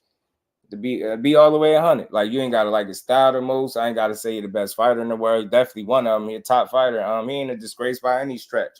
You might not like the way he carrying this part of this situation, but that dude fresh off feeling like he been cheated, man. I'm a bear with him. I'm a level with him. You know what I mean? I get it. I mean, there was something that a torn labrum. He was pulled off the tank undercard, 615. He's injured. Can y'all the Shakur rematch talk? Yeah. I hate it, yo. I hate it. And I didn't know that either. Damn. He was on. Oh, yeah, he was supposed to be on that card. He was. That's why he wasn't on there. Salute to my guy, LetsBuild. Again, the fax machine strikes again, man. Haney family is pure drama. Why don't they talk about the chin that got exposed? Because they still stuck on the Osterine, DJ. I don't think they over the Osterine. I'm not telling them to get over it. I'm just saying it's something deeper than just the Osterine. That's all. Devin can't handle Power to that chin. Yeah, man, it's tough. It's tough. The world gonna find out. We gonna find out in due time. They've been trying to sue Ryan for emotional damage. Is crazy though. He acted like he's a domestic violence victim. Yeah, he said we pursuing further damages. He ain't playing. Devo ain't playing. And look, man, he said he like he said in the video, he happy it wasn't a DQ. Devin, Ryan over here talking about, okay, Devin, I forgive you. Let's run it back. This man is silly as hell, man. Crash out king Ryan Garcia himself. Packs that dude. Yeah, man. At least Sandor was able to eat. Yup. Considering he had a fight. Yup. I'm sitting around waiting for Devin. That's what I'm saying. 2 paydays and you still get the opportunity at somebody. So Sandor playing by house money. He good. Ryan explosive left hook proves his innocence. Yeah, he do got an explosive left hook, man. The man got a crazy left hook. Random question. Farmer versus Cold Summer. What's up, fam? Let's talk drama. Doesn't change. Yeah, nah. It's 704 Joe in the building. What's good, my guy? Yeah, he not a disgrace. He definitely need a reality check, man. Just be real with self. That's all I'll say. Be real with self and just know that mistakes was made and you was cheated. I could rock with that. You was cheated, but you made some mistakes in the fight that led to it playing out the way it did. You get what I'm saying? He represents the sport at a high level, bro. The dude, he got some things that people might not like, but he ain't no damn cheater, and he ain't did nothing that, I would consider disgraceful at all. Not by a long shot. You know what I'm saying? I don't think he a crybaby either. I know people go crazy on him with that. I don't think he a crybaby. Just think he a guy that's reacting to being cheated. That's all. That's all. And he's calling out Tank while waiting for Ryan. Is he? He bet don't tell he better not, Bole. Don't tell me that, bro. Don't say that. I hope you lying. Please tell me you lying. Please tell me you lying. I hope he ain't. Farmer versus Russell. Gary Russell Jr., Mr. Gary Russell. That's a great fight, man. Man, that's a good fight. That's a good fight, man. I like Gary Russell, though. Man, I like Gary in that fight, man. I like Gary. But it's a good fight, though. He isn't calling out Tank while waiting for Ryan. I hope he ain't. Haney might be able to beat Take no more after with Ryan there. Oh, yeah. I mean, punch resistance could be compromised. Yeah. Of course not. He not Bole. Hell no. I think that Tank thing of the past, boy. The last thing you want is that NyQuil dream. Wonder what's the statute of limitations is for suing a fighter for the reason Devin is doing versus Ryan, because the young lady Alicia test post against might have a claim. Good point. Good point, Dub. I wonder. Yeah, but I think he done calling him out for now. But that's a great point. I would wonder too. Noriega Pete Roney said, "Come on, fam. Haney got what he deserved. That's what weight bullies get. Look. We can talk about it, man. I'm just a fair dude. I hear all y'all I hear y'all with the weight bully thing. Look, I even played salute to my guy Ann McQueen. I played the UFC weight cutting documentary a couple weeks back on the channel. They even talked about how coming in 20 to 25 pounds or 30 pounds over is worse than people potentially using PEDs. They said that. They legit said that. So that I get that, but I don't think he deserved to be cheated, right? You know what I'm saying? You know what I'm saying? I get it that, the weight advantage. I don't care for it, right? Because I feel like it eliminates the whole notion that his weight class is for a reason. But I don't think he got what he deserved per se. But I think, a lot caught up to him on the night when he got in there with Ryan, aside from Osterine, right? You know what I'm saying? We could acknowledge that, but I think a lot caught up to him on the night. So again, everybody, like Barbara D said, a reality check, everybody needs one every now and again. Nobody's above getting a reality check, and it wouldn't be bad for him to get one. When I say reality check is just identify, understanding that mistakes on your part were made. The same way I feel like Ryan needs to come out and hold himself accountable for his situation instead of trying to blame everybody. I'm not a fan of that.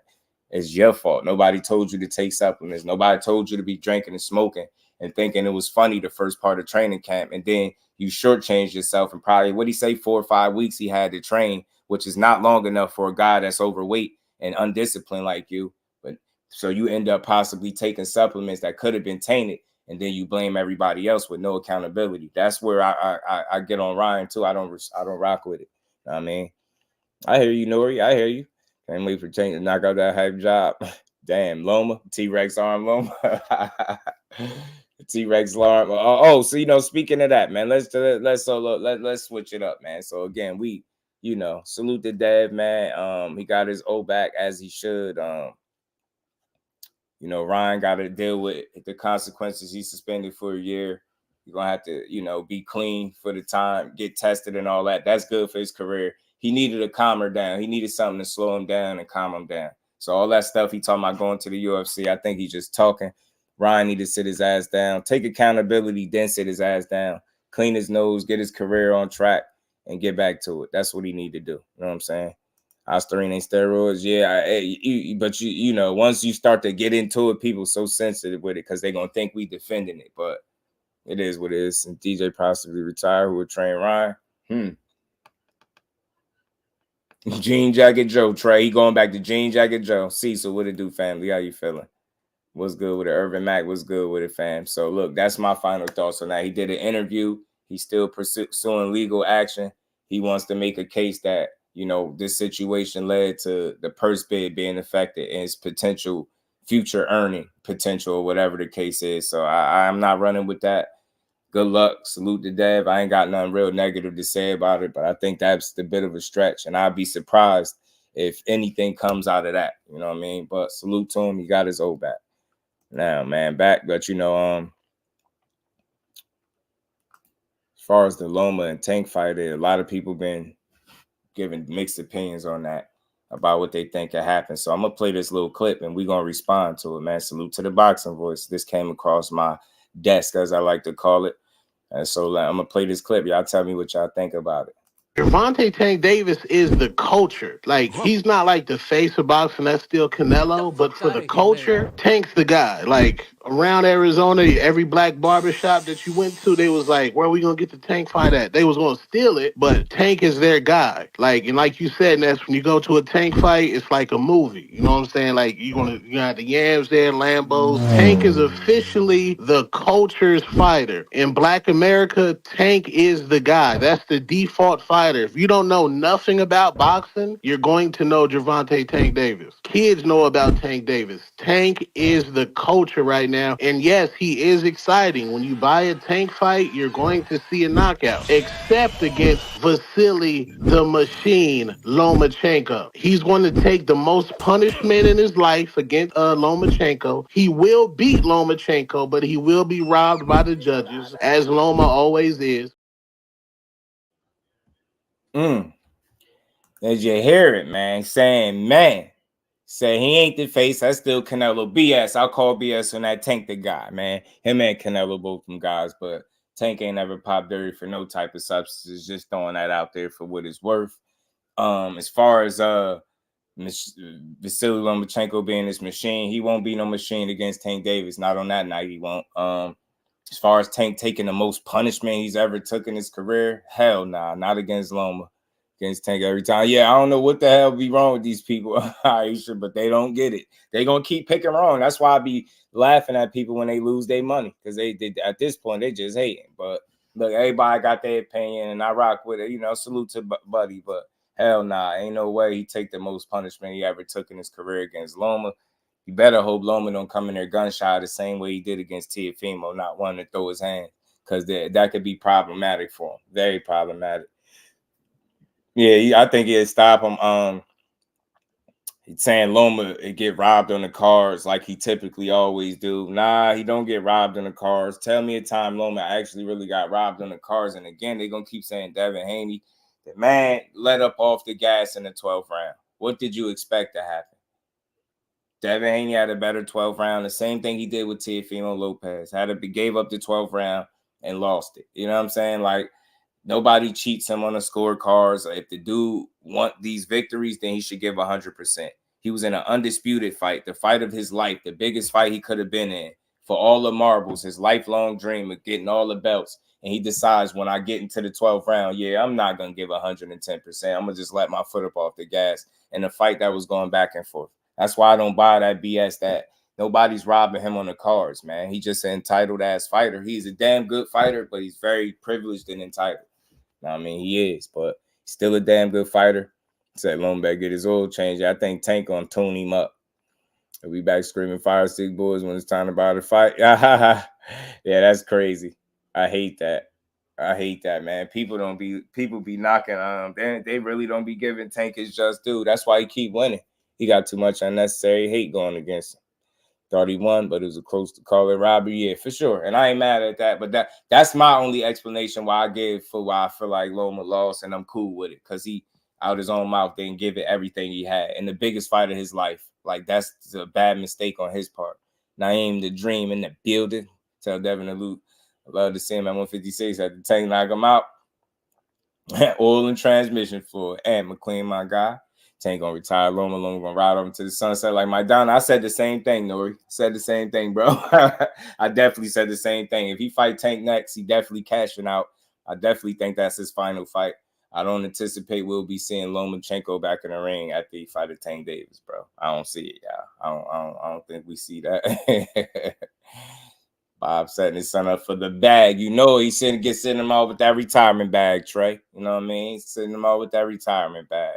Yeah, it's definitely a payday fight for him and an opportunity. It's a win-win. If he beat him, he beat him and, you know, could ride off into the sunset on a win over one of the best fighters in boxing, the biggest names.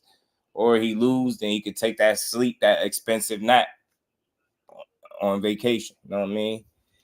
Take that expensive nap, because that's what it's going to be. He getting smoked. You know, like Coach Kenny said, punch his ass up the tree with the koala bears, man. Punch him up the tree with the koalas, man. You know what I'm saying? But I don't think he'll take the most punishment he's ever taken in a fight against Vasyl Lomachenko. I just don't see that being the case. At all. At all, as my bro Jay would say. Said Loma gonna wake up in the locker room. I'm telling you, he got to walk back to the locker room with Dev and cry. We're gonna wake up with tears in his eyes, sleep, nose running. I'm telling you, for these dudes not want to lose that O. He's a gift and a curse. Yeah, I think the O, they try to market the O because of look at how harshly we critique the fighters after they lose. Gary Russell lost. Not everybody, but people start saying he got exposed. You can't even lose in boxing without somebody saying you got exposed. You get what I'm saying? Devin Haney has a close fight with Lomachenko. They said he got exposed. Ain't no getting exposed when you got two high-level guys in the ring. When you got two guys of the same cloth, you know, of the same level in the ring for the most part. Like, nobody gets exposed. Somebody just loses. The better man just wins. You know what I mean? You get exposed is losing to somebody that ain't on your level, to me. That's getting exposed. You know what I mean? Fighting guys relatively on your level and you might take an L to that's you just take a loss. It's not getting exposed. So think about it. Errol Spence lost once to Crawford. I get it was a bad loss. They told him to retire. He needed to retire. You dig what I'm saying? People lose one time. Matias lost for his second time, you know what I mean, this past Saturday. Look how people talk about him. You can't lose in boxing. You can't lose in boxing, bro. And that's why they market that oh so heavily. So it's like on one end, us fans, not saying nobody in here, but the fans blame the fighters for marketing the O and moving like they scared to lose it. But then we're responsible for why they move that way to a certain degree because we write them off. They lose one time and we act like we don't want to see them no more. A guy lose one fight, then we start calling them leftovers. You got to think, bro. We don't give these dudes no room to lose. We're in an era where we're watching guys pitch shutouts, 12 zip. And the only thing you can say at the end of the fight is maybe it wasn't exciting or this guy didn't get the knockout. You get what I'm trying to say? I didn't see enough action. And I get all of that. It's very constructive criticism, but it's like, damn, where do you mention that the guy actually won the fight?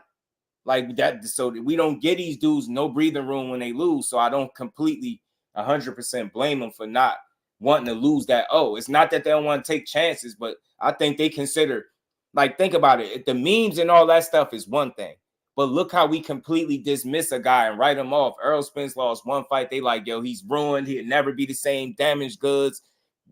Just go crazy. Gary Antoine Russell lose a close fight to Puyo, who he was getting to, doing good work. Lose a close fight. We like, he got exposed.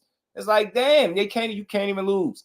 Matiz lose. I thought y'all said he was a boogeyman, this fake boogeyman. And then we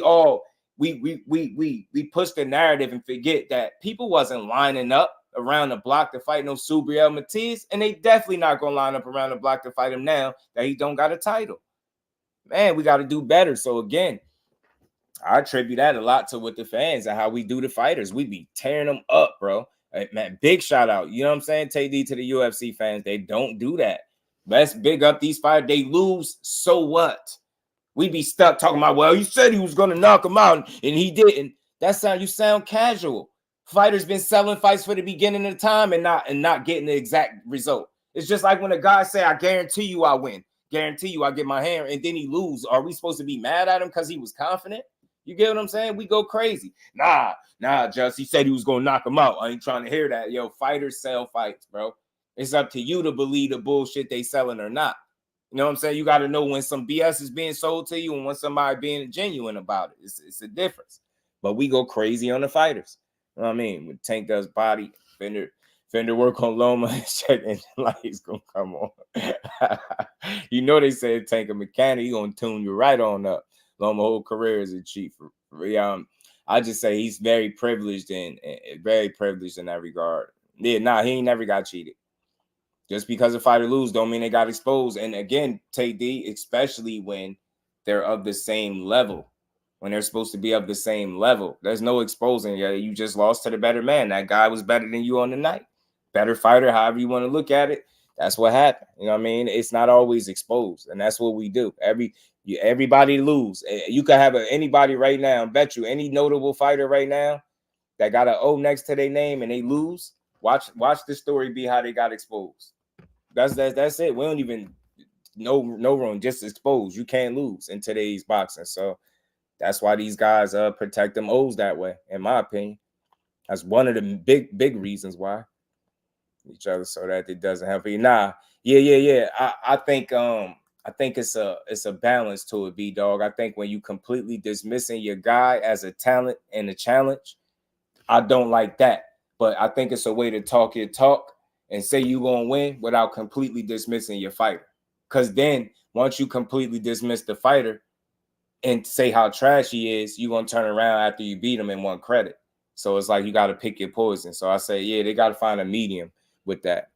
I mean, Devin called Antoine some shit, even though his loss was nowhere near. That's what I'm saying. See what I'm and some of the fighters do it to each other. Expose suit is real. Salute to my guy Irvin Mack, man. Daniel, what's good with it? Loma doesn't losses 5 in a row. Fighters gotta stop that. Yeah, I think it's a way to talk your talk, build up the fight, trash your opponent a little bit without trashing the talent in the skill level. I think it's a way to do that. You know what I'm saying? Just let Shakur win my split decision. He'll be the next one they call. Oh, for sure, Trey. For sure. And dare I say he lose, Trey? Dare I say he lose? Oh my goodness. Bro.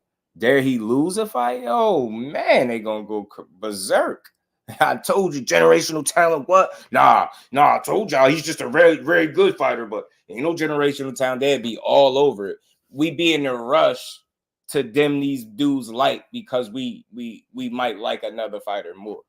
We be in a rush. I told you. Imagine me getting up here at the Devin loss, like I told you so, man. I told you he wasn't that good. I told you. Imagine me being excited like that, like that. He's not good. Imagine it. You know what I'm saying? So it's crazy, man. It's crazy. You know, this boxing only sport where athletes, yeah, they go crazy on their peers. Yeah, you better protect that. Oh, the right way too, though. The right way. It's the right way to do it. Of course, that Tank to beat a CL fighter and Frank Martin, but he's fighting a guy Frank just beat. Tank also said Frank Martin is trash, and he fought him. See what I'm saying? So what's worse? Somebody saying what's worse, C-level fighter or trash? You know what I'm saying? And then I think he said that because he's unproven. I think some of that is still some sour grapes from their situation. So some of the stuff you got to take with a grain of salt. They all do that. Yeah, they all do it. But I'm saying, like, a lot of people was pointing that out. Yeah, but Shakur's fighting Artem. He said Frank was a C-level. Yeah, Tank said Frank was trash. He said he trash.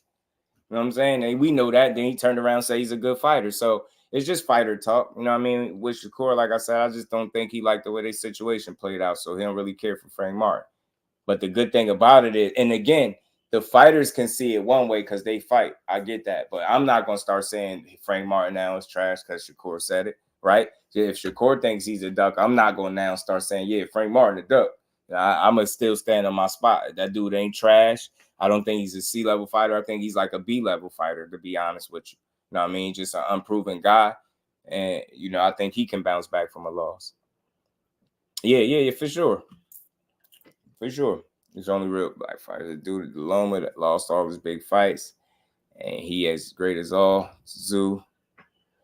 Still the guy. Fury as well. For sure. Tank said because it's part of talking slick about his opponent, Shakur is something similar to what Haney did with Hector before fighting Tank. Nah, I think that's different. Again, unless you're gonna completely ignore the you can see it once the fight fell out with him, how he started talking about Frank. He had no more respect for him. So I don't think he did it to try. And again, we be going too crazy over people's opinions. Saying you think somebody is a C-level fighter is not trashing him. And again, you see how quick I said the fighter that's fighting him said he trash. And then it'd be like, well, they all do it. Nah, let's talk about the fighter that fought him that said he trash. Shakur said C class. Okay, the guy that fought him said he was trash. See what I'm saying? So you just don't go too overboard. Like it's okay to talk some shit. You know what I mean? That's okay. Frank's C-level fighter. Nah, he didn't. Straight to that one. You believe he's better. I mean, I don't think it's a bad look because they don't pick their fights in that way. You get what I'm saying? And he literally went down the line, and Frank was the guy. Again, listen, I can't tell nobody how to feel. I'm not overreacting off somebody's personal opinion of a fighter. We do this all the time. Like Ryan was a C-level fighter the whole build up. He a C-level fighter. He ain't get better since the amateurs. Like I don't go too crazy over that stuff. As long as you don't go sleeping on that guy, but I can't be mad at him for his opinion. I just know mine don't have nothing to do with his. Like, I ain't going to let his opinion affect what I think about Frank. I think Frank is like B-level. I just think he unproven. You know what I'm saying? I think he got a ways to go. Don't mess with Texas. What's good with it, my guy? So I don't really be, let's just be talk to me. Just be a little talk. You know what I mean? And you make an effort to fight him because that's the guy that he said why he made an effort to fight him. When he realized people liked that name as Frank Martin and he thought he was good, he got excited about fighting him. He spoke about it.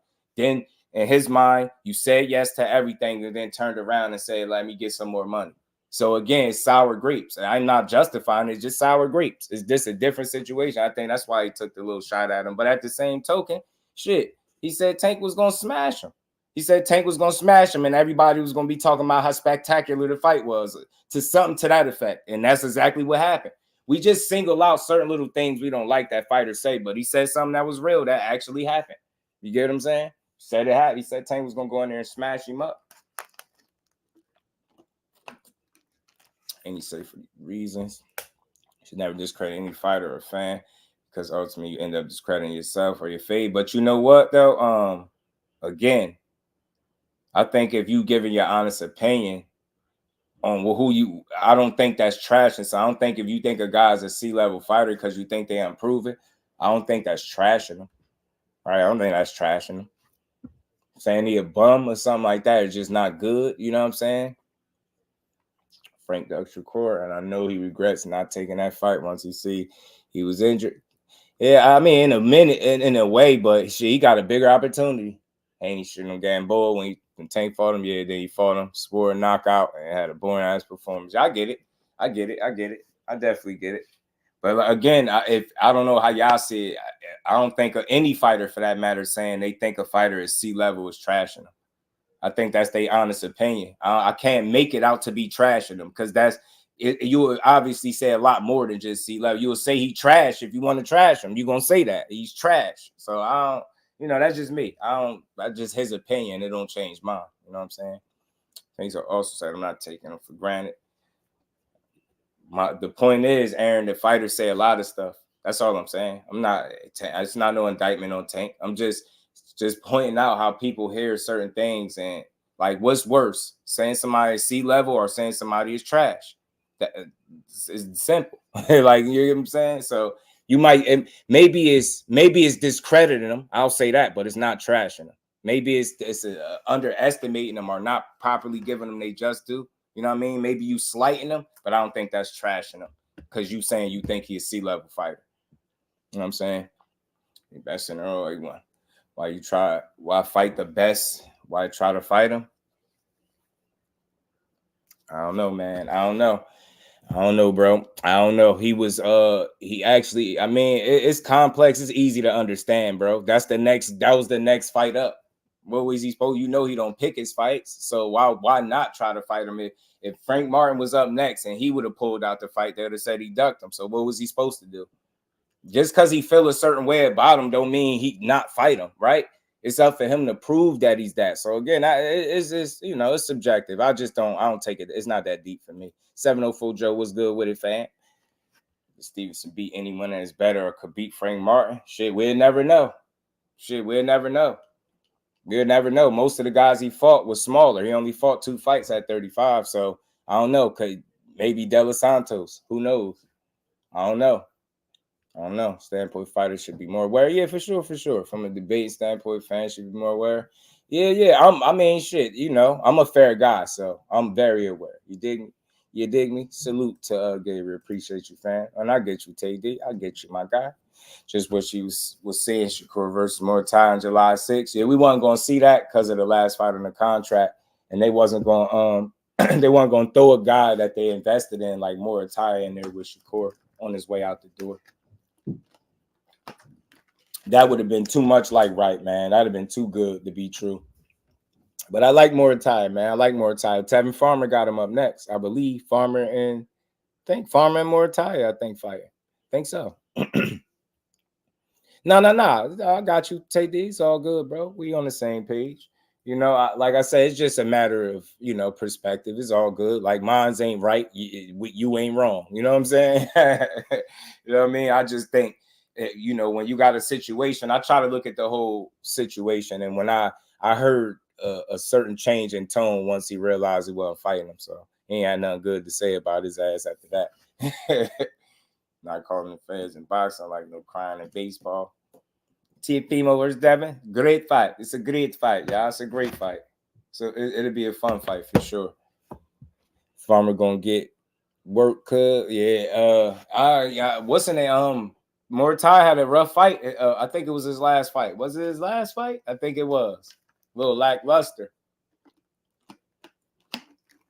You know, I get you, TD. One of the most level-headed people to talk to, bro. Emotionless, emotion-free, bro. Just all sense and logic and reason, bro. That's why I could talk to you all day, bro.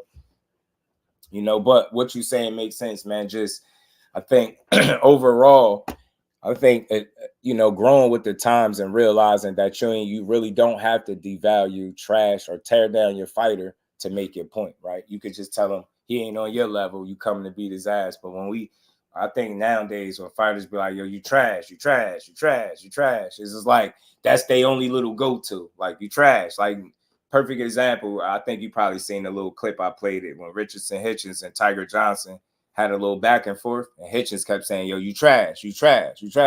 Now, we know Tiger Johnson ain't trash, but in his mind, he like, man, you trash.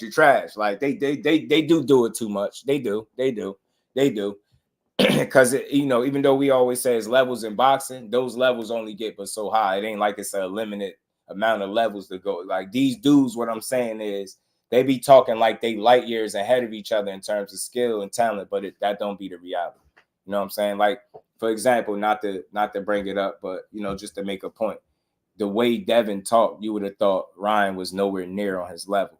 And then as you seen, that they more comparable than what people still to this day want to admit to. They closer in talent than people realize. And then again, styles make fights as well. I'm good, but I'm different. Right. Now I get it. The trash and what you saying, TD, is the trash and it's kind of old. You kind of tired of like, that ain't it. Because then it's like you said, like I was saying, once they beat them, now they want credit for the fighter. You know what I'm saying? They want us to give them credit. So it's like, if you ain't giving credit, why do you want credit? You know what I'm saying? If he was trash to you, why should he be any substance to us? Get what I'm saying? I think Bob Arum was playing season. And Shakur, no, you don't sign with me. You won't get paid. I will pay you. To some degree, I do think so, P. Hunter. I do. I think he kind of trying to show him, in a sense, without going above and beyond. I think he want him to see that the grass ain't necessarily greener on the other side. And he said it before. He would like to work with him some more. He's like, if he go elsewhere, he ain't going to be mad at him or nothing. He'll still work with him. So he loved promoting his fights. He'd love to continue to promote him. You know what I'm saying? So, but I do think that's what he's doing. I do. Like, think about it. He wait till one fight left on Shakur contract and then start talking about Loma and Tank. It couldn't be more obvious. You get what I'm saying? What he doing? Couldn't be more obvious. Couldn't be more obvious. Was Robert Garcia Margarito training for the second Cotto fight? I'm not sure. Gotta look at from the board of view. The competition, especially boxing, the first and second place in the race. The first could win by miles or feet levels. For sure. For sure.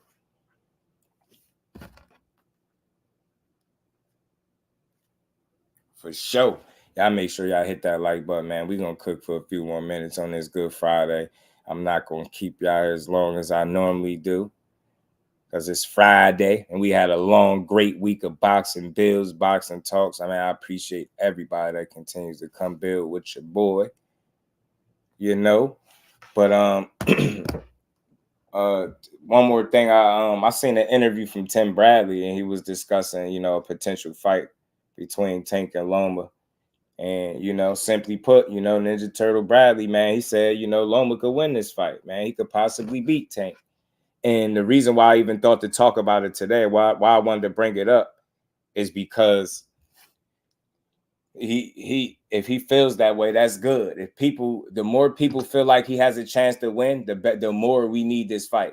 Instead of people downplaying the fight and saying it should have happened 5 years ago, more people should be saying that they both have titles.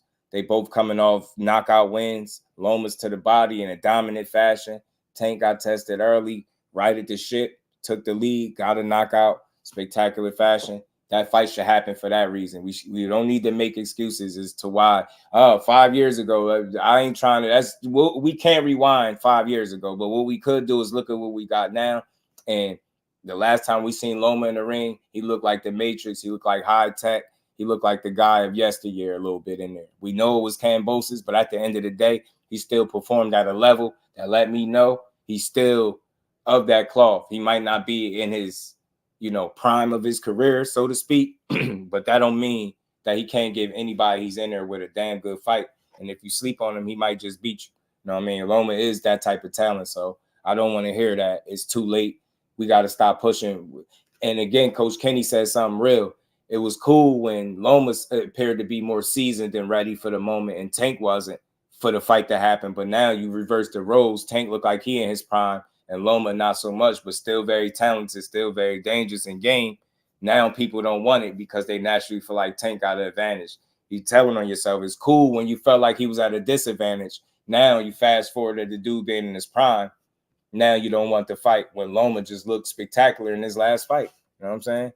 Jarrell, howdy, salute family. Appreciate you in the super chat, man. Much love putting that color in the chat. And salute to everybody that continues to support the grind.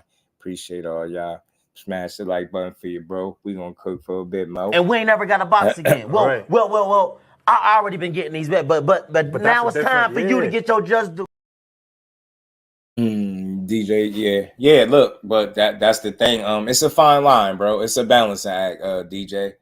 You know, they only fight on the weekends. Some dudes only be fighting once a year, twice a year. Like, what I'm saying is we don't see them enough. So I believe that, you know, a fair amount of trash talk and talking your ish, it makes the sport interesting, right? Definitely more interesting when they backing it up. Like, I truly enjoyed nothing more than seeing Floyd talk crazy and then go out there and deliver. Like, man, I enjoyed it. He was like a for sure bet. He was going to talk the talk, walk the walk, and beat you up and then keep talking. And I get that vibe with Clarissa. She talk her talk, she get in there and show it, and then she talking some more. Like, so I think we can't forget too, though, bro, that it's the entertainment business. And a lot of these dudes trying to find their way and trying to find a groove and you know, open people's eyes to them. And some of these dudes, you know, feel like one of the only ways they could do it is that they talk their ish a little bit. You get what I'm saying? Now you don't want to perform like you in a you know, zoo or something, but you want to show personality. Like, perfect example, right? What Tank is doing is amazing. I think, honestly, seeing that dude go from a young ass 126 pounder to a 135 pound lightweight, 29 years old, seeing his personality, seeing his, you know, just him coming out of his shell. Tell me that ain't something refreshing. Like, just to see him doing him, but it ain't too much. Like, nobody is you know, losing money, ain't nobody getting hurt. You get what I'm saying? There's no extra stuff, but he just embracing his moment. Like, that's good to see. And I think a lot of these younger fighters, they're not in the position to tank. So they know they got to talk that talk a little bit. You get what I'm saying? Keyshawn is one of them. Like, he on the come up, but he'll talk his talk and people don't like it. I don't know why, but I enjoy it because they fighters, bro. You got to, you know what I mean? You got to keep yourself in that mode. You got to speak from a place of confidence, and you can't be short on it, not in boxing, or you won't last long. You know what I mean? You get what I'm saying, Mac? Embracing his what it is to be a champion is why he where he at right now, bro. He get it. That young man, Tank get it, man. Tank get it. And it's fun watching that shit. I'm gonna keep saying it. I feel like with each press conference, he gonna continue to show us his personality. And that's what you want. As long as you being yourself when you doing you, I can accept that. You know what I mean? And of course, if you ain't going over the top, but I can accept talk your talk. Like, I love what Keyshawn doing. And even more because I be trying to understand him. So I look at who he worked with, who he trained with. You get what I'm saying? The success he having. You add all of those things up. He young. He outspoken. He having fun. He legit said, yo, I don't even be mad at these fighters. They be taking it personal. I just be having fun. I just want to fight these dudes. When the opportunity come, I get the opportunity. I want to fight him. When you hear him say that, how could you be mad the next time you see him talking his talk and he just told you what he doing? He like, yo, I'm having fun with this. I don't know why everybody be so mad. That's what I'm saying. Like, Keyshawn he ain't going too crazy. He ain't doing a whole bunch of personals. And, you know, it's just a little fun, innocent trash talking. This is boxing. It's the hurt business. Like, we don't live through the Mike Tyson era. So what these fighters are doing is light. That's light work compared to what Mike was doing. And Mike was, you know, the reason I watch boxing to this day. So think about it. Like, man, so I like to see for these young fighters to show personality, man. Show awareness, understand how to sell yourself, but don't do too much, but be you. You know what I'm saying? Talk your talk, but most importantly, just go out there and keep winning, bro. Just go out there and keep winning. And I feel like that's what Keyshawn will continue to do. For sure, I want to see him get his get back immediately, though, with Andy Cruz. Yeah, I would love to see that fight. I think it'll come down the line. Salute the facts. I think it'll come win-win for me. Yeah, you get what I'm saying? Talk a little bit. Don't overdo it, but you damn sure want to stand on business when you get in the ring.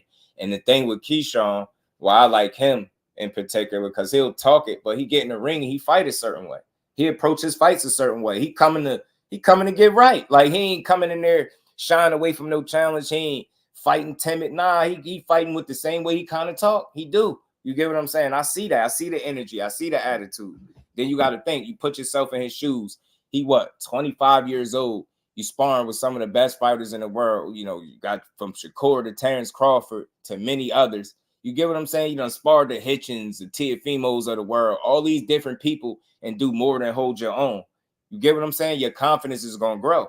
You get what I'm saying? You got how many people got access to Bud Crawford and Shakur to keep you sharp?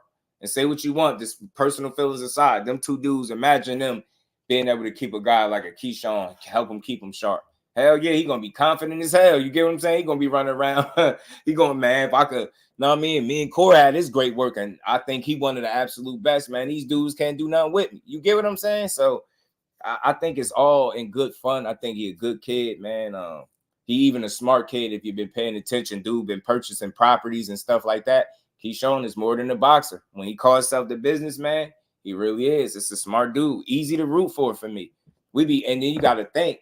I'm considerably. I feel like I'm considerably older than these dudes. I'm not in my 20s. You know what I'm saying? Kicking 40 in the ass, if anything. But these young kids, man, I just be enjoying watching them do their thing. And I think too many, of other fight fans, we be old as hell and grumpy. keep talking about, oh, well, back in my day. This ain't back in the day, bro. This ain't back in the day. Just get over it. This is the new wave, and you accept it, man. These new young fighters is different. I don't like everything about them, but, you know, I accept these fighters for who they is nowadays. That Tide water, dry blood. I'm telling you, boy be confident. He be geeked up, man. Keyshawn be having fun. They be mad as hell. They be pissed off at the young, and he just be having fun with it, bro. He just be having fun with it. Who do you think is a tougher matchup for Tank, Loma, Shakur? I feel like not to just pick Shakur, but I would say Shakur because I feel like he's fresher. You know what I'm saying? He's fresher. And I do think he could beat Loma. I think he'll beat Loma. So I think Shakur will be able to make him think the most. And I think that's what's important with Tank. You need to keep him thinking. You know what I'm saying? Which is not going to be easy to do. You got to keep him thinking, try to keep him all balanced. It's tough, man. Like, the thing is Tank going to be a tough style matchup for people because of what he brings to the table, the combination of things. So I would naturally say Shakur because he again, younger, fresher, more closer to what we would consider a prime than what Loma is, right? For that reasons, I think he could provide a stiffer test at this point than Lomachenko. Boxer knows that his son is in trouble now.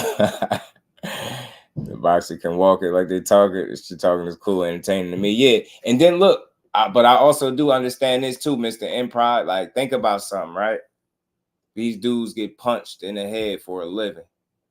Would you rather a fighter be looked at as overconfident or not confident enough? Especially in the hurt business, a sport that you can't play. You dig what I'm saying?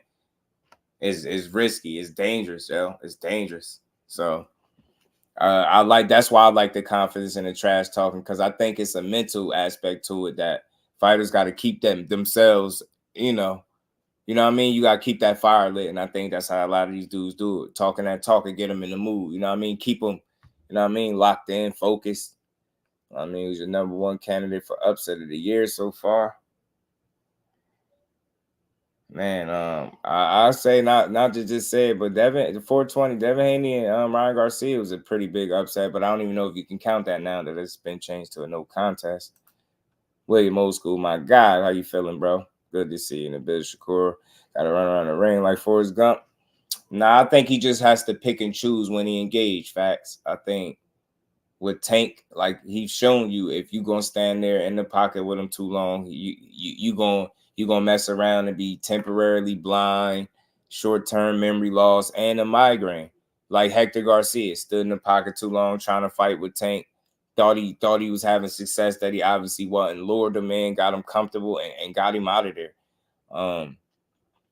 You have to mix it up. So people keep, they make this big deal about how much to engage, but I just don't think it's any one way to fight him. I think you got to mix it up and be smart with your approach. You can't get greedy with Tank. You can't get lax. He's very, very, very good at picking up on patterns, and he can make you pay. So you just got to be versatile with Tank. You got to switch it up. Got to keep him off balance. Got to keep him thinking. I mean, if you can create doubt in his mind, that'd be good. Like, it's a lot of things that's just not going to be easy. It's going to take a special fighter, special performance to beat him. Loma give it. Yeah, I think he gives anybody a good fight for sure, Tim. Loma, I just think right now, Tank and Shakur for sure they beat him. Still both fights. My thing is, could anybody beat Loma up so convincingly and make him look like he should retire, not just because you feel like he getting up there in age? Like, I want to see somebody make him look like that in the ring. I haven't seen anybody make Loma look like, yo, that dude should retire. I never watched a Loma fight at the end and was like, yeah, he probably should retire after this. I've never seen it. You know what I'm saying? Never. Now, you can't sit on the ropes with Tank. You can't sit on the ropes. You can't sit in front of him too long. You can't get too greedy. You gotta get yours and get up out of there. You gotta make him figure it out. If you give him the same look one too many times, that's your ass, Mr. Postman. He gonna do you. He gonna do you something bad. Do you something bad.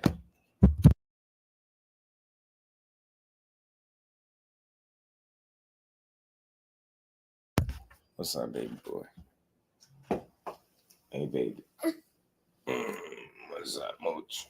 What's up, Mooch? I'm gonna say what's up to the people real quick. Say what's up, man. Say hey. Say hi.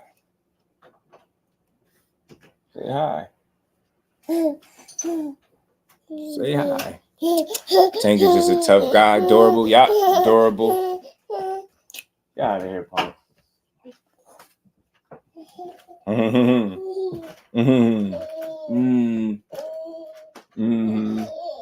You silly. You silly. You silly. Melanie Queen, peace to the Queen. How you feeling? Stressed out boxing. What's good with it? Yeah. Roman Crawford, the same man. Crawford, I think stressed out is a little bit older. How is Tank IQ high, but his face take a lot of damage? Tank is look. Tank, he do got a high IQ. Just consider some things, right? Just consider the style that he fights with, right? When Tank wants to make it harder for you to hit him, he does it. But you got to think with his style, right? Usually, typically, the shorter arms, the shorter guy in the ring, and he fights in a style that's risky, right? He takes more chances, so you're gonna get hit more. And then he yellow as hell, so you start hitting him, them glove burns, his face start getting marked up easy. It's not hard to mark up his face at all. Like the glove burns is deceiving that you be seeing on the face. He don't be getting. He get hit, but it's not the way people think. And I think that's more of the style in which he chooses to fight and the fact that he take chances. Like, think about it. Look how he was walking Frank Martin down. That's after 14 months out the ring. He just walked this man down, made him uncomfortable and got him out of there. Dude, special.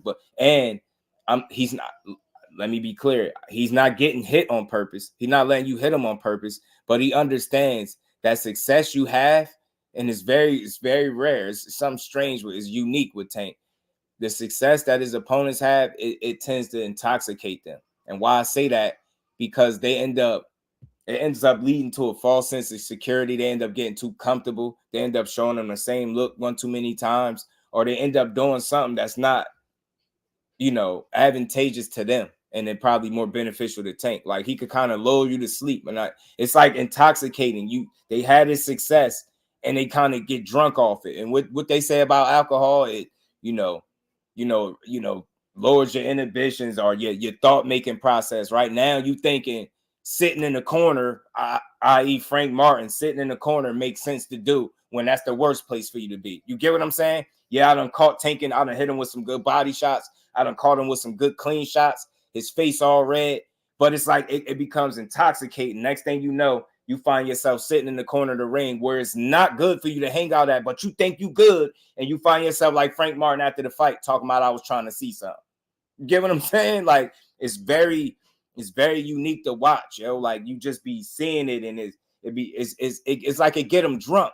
They have success, they get excited, and then it's like it rocks them to sleep. They like, oh, all right, I got him. All right, I ain't got to worry about the power. All right, you get what I'm saying? Next thing you know, it's like, damn, what was that? I'm telling you, that's what happened to Frank Martin. He set it up. Boom, he hit him with a combination. It was like a right hand, left hand, and then the left hand finished him. Like, that shit was beautiful, man. So that's what you can't allow Tank to hypnotize you in that way. Once that hypnosis takes shape, it's over. He gets you drunk. You get drunk off your own success with Tank. He gonna send you to meet him. You know what I'm saying? He gonna end the fight. I'm telling you, I've seen it too many times. Leo got excited through the same jab. 1, 2, 3. Boom. You get what I'm saying? Frank Martin, he literally pinballed himself going to each corner without Tank really having to do much but just apply pressure, just being there physically, not even having to throw punches. And it got dude so worried mentally. So he had him tamed, drained, drunk, all that. You know what I mean? And he set him up. That is where his IQ, where you can see his IQ is off the charts, as they call it. Like, any fighter that can make you think putting yourself in a worse position is good for you, like sitting on the ropes or in the corner, this is a good idea. I'm safe here. The fact that you was able to feel that way shows you how good Tank Davis really is. Special fighter, bro. Special fighter. I'm trying to tell you. Special fighter, fun to watch. Love watching him, bro. Love watching him. Y'all make sure y'all smash that like button, man, on this Good Friday. Always a dope build with the family, man. I appreciate everybody, man. Tank has multiple haymakers. Yeah, Tank can mix it up, man. He got a multitude of ways that he can get the job done. And you as his opponent, you got to know that. You have to know he's versatile. You got to know he's more than power. You got to know he's skillful and he has good feet. You have to know these things. You have to know he picks up on patterns well. You got to know that he has a high IQ. Any of those little miscalculations, are you getting in here considering he's something that he ain't, or he's less than what people say, and you're going to find out the hard way. You know what I'm saying? You're going to find it the hard way. Got hurt.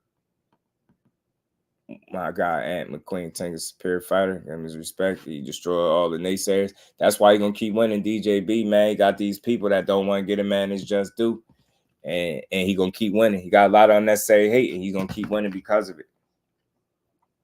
He's going to keep winning because of it. You know what I'm saying? I love to watch it. I love to watch it. I'm enjoying the show.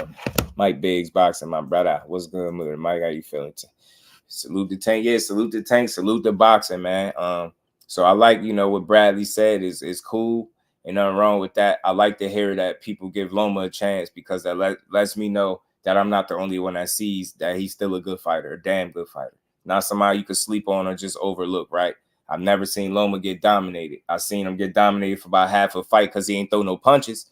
But that second part of the fight, rounds like 7 through 11 or something like that with Tio, he was touching him up. So I never seen Loma just get the floor, white with him and nothing like that. So he's a great fighter still, great older fighter. Not quite all the way in his prime, but still good enough to fight. He's a champion, and you got to respect it. Yeah, I'm telling you, you're gonna go broke, gonna lose your money every time. All that with Tank. How are you gonna focus on what you need to do? Hey man, you gotta be to think fast too, P100. Gotta be to think fast, bro. Like I'm saying it, right? But fighters, they gotta be able to process that stuff fast. You get what I'm saying? I'm saying it. Of course, it's easy for me to point this shit out. I ain't got Tank on the other side of me trying to set a trap to knock my damn head off. So I could point out these things, but on a serious note, these fighters got to know all them things and pick them up fast. You get what I'm saying? The same way Tank knows his opponent. He able to process all these different things, pick up on patterns, see what you do best, see where you uncomfortable, feel, engage when you slowing down. Tank is a thinker. And the minute you go in there thinking is this about power or he's relying on the knockout, you probably already going to get knocked out. I really believe that. It's nothing wrong with just acknowledging what he is and saying, you know what, that's what I really got to prepare for.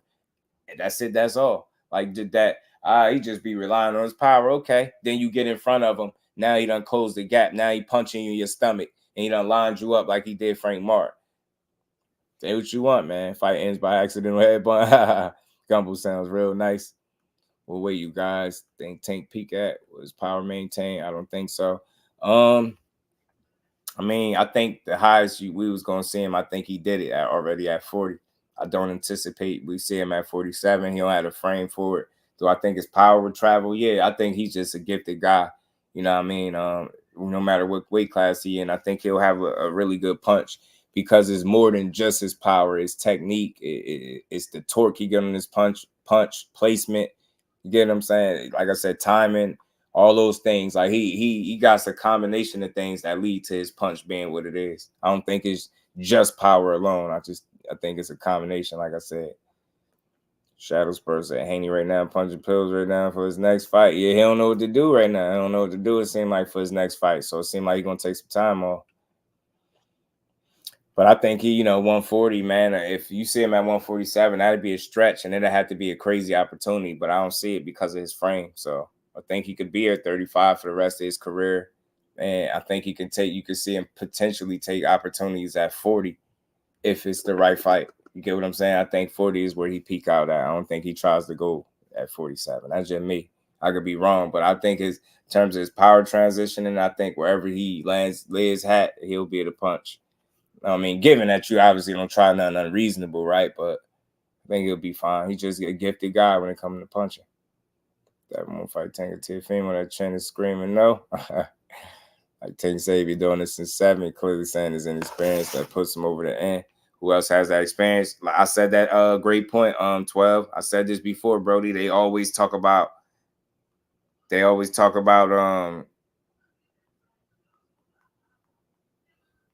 old he is. They always talk about how old he is, but I think they looking at it the wrong way. They act like he's some old ass vet. Like when they say old, and I ain't saying Terrence Crawford is old, but, you know, boxing terms, right? They act like he's Crawford's age or something. No, he's just a few years older than y'all. And because of it, that those few years come with, I think, experience. It come with him being in 4 different weight classes. It come with him seeing a multitude of different styles. Like, people don't get it. They keep shortchanging Tank and what he is because it's not the name that you want. But so they think it's no way for him to get better because he fighting guys he's supposed to beat. That's bullshit.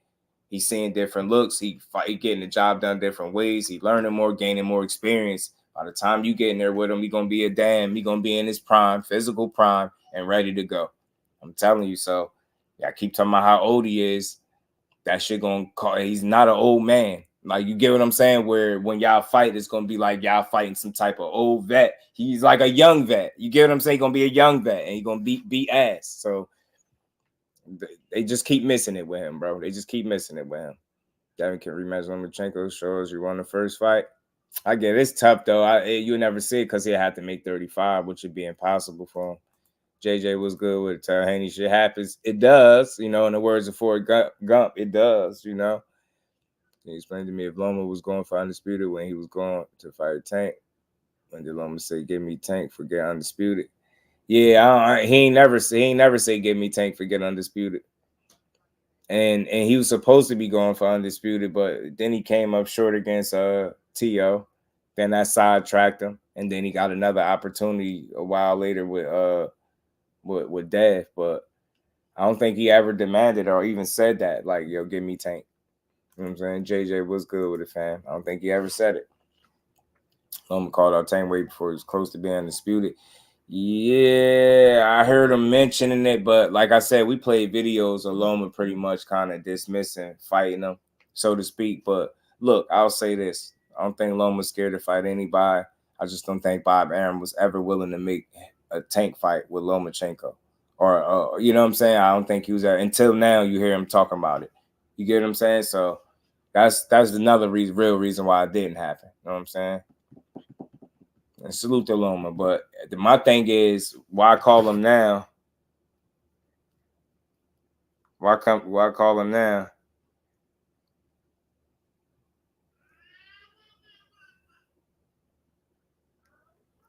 Why, you know, I mean, I know you called him out before, but you still could fight him now. You got a title. You get what I'm saying? It's not too late. That's why I don't be stuck on what happened back in the day, because I don't see no scenario or no situation where they can't fight each other now. You know what I'm saying? So, I'll go home present. Salute to my guy, Urban Mac, man. Yeah, man, y'all smash that like button. Loma speaks on Tank as if it's a long shot, as if it will never happen. Yeah, that's how he be speaking sometimes. That's how he be speaking. That's how he's speaking.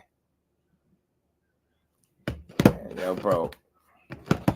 Oh boy, man.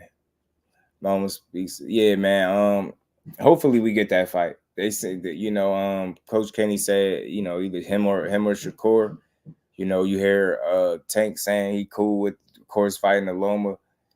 Bob Arum saying it, so maybe we get that fight. You know what I mean? I see calls like dudes hollering at the woman from his porch, but I don't leave his porch to really holler at her. Yeah, I mean, some of them are legit, but sometimes I think dudes just be trying to stir the pot, keep things going, keep their interest going, keep their name out there, things like that. I think that's what be going on. That's what be going on. But, man, salute to everybody in the building. Appreciate y'all pulling up on this Good Friday, man. I'm going to head out a little early today, man. And I got to do some little running around. But much love to everybody, man. Y'all make sure y'all smash that like button, sub to the channel if you haven't. Turn your notifications on, all that good stuff. And we just going to keep building. More than likely, we'll be back tomorrow as well, man, to build on some more boxing. We got some more stuff we're going to talk about, too. I ain't get to everything I wanted to get to, but we got tomorrow, and we're going to build on it for sure. Salute to Divine. What's good with the family? Don't mess with Texas, my guy. Appreciate everybody. Much love and appreciation to the family. Man, you know it. Salute to my guy, William Old School, man. Shakur ain't really ready for Tank, bro. He was rich for him. He a 3-division champion, facts. He ain't got no choice. Former unified. He'll be you know, in my opinion, the best fighter that Tank has fought to date. If he fought him, he got to be ready. You know what I mean? You ain't gonna be ready now, because I don't think it's no fighter that gets you ready for Tank. And I think Shakur's pedigree puts him in a position to be able to win any fight that he gets. You know what I mean? Don't forget the top rank fight tonight. Yeah, man, top rank tonight. I'm gonna see, man. Maybe I'll come back and call that fight. Maybe we come back and call the fight. Salute to, that's why I call him the fax machine. He always keeping me on my toes, because that would have slipped past me. Probably I would have remembered, but maybe we'll call him tonight, man. I might come back and we'll finish this conversation. Tan has the power of 50. Yeah. His power is undeniable, bro. I don't want him to lose, but see, I'm from Jersey, bro. That's my favorite fighter. I ain't scared to see him lose. I ain't scared to see him challenge himself. I'm a true supporter of his. So if he gotta lose, then it's gonna be to let it be to one of the most dangerous and best absolute fighters out there. Not saying because he ain't coming to lose. But you gotta be ready. You know what I'm saying? Gotta be ready. Gots to be ready. Speaking of Ray, he just made me think of something saying Ray, man. So can I get my money back?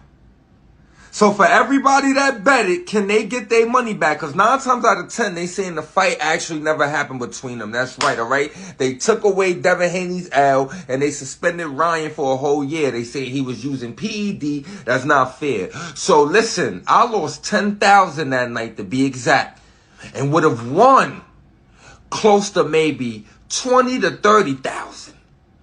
So the same way y'all took the L off of Devin Haney's record, I need y'all to take the L off my pockets. Where's my $10,000? Hurry up. I got shit to do, people to see, places to go. And I'm telling y'all now, because y'all, like, listen, y'all took my money because a fight happened, and now y'all trying to say a fight didn't happen. So if I don't get my money back, a fight is going to happen. Where my money? I need my money back. Please, we all need our money back. What's up? That's my boy Ray. Y'all see somebody type Ray in the chat. It just made me think of that, but salute to Dad, man. Justice was served. I think he got the best potential outcome that he could get. Salute to him. Hopefully he bounce back. Hopefully we see him in the ring sooner than later. And listen, let's keep building on this great boxing, man. Salute to my guy, LetsBuild. Y'all go make sure y'all check him out. Salute to the whole JBT family. Much love to all y'all, man. We're going to keep rocking, y'all. Y'all already know how we do. And peace to any of the queens that's still in the chat. Much love to all y'all, man. We're going to try to come back later. We might try to call these fights. Salute to my bro, L-Dub, for reminding me about these fights for later, man. But with that, y'all enjoy the rest of y'all Good Friday. Peace out, Will. Y'all enjoy the rest of y'all Good Friday. And y'all probably see me later, man. So we out. Peace to the fan.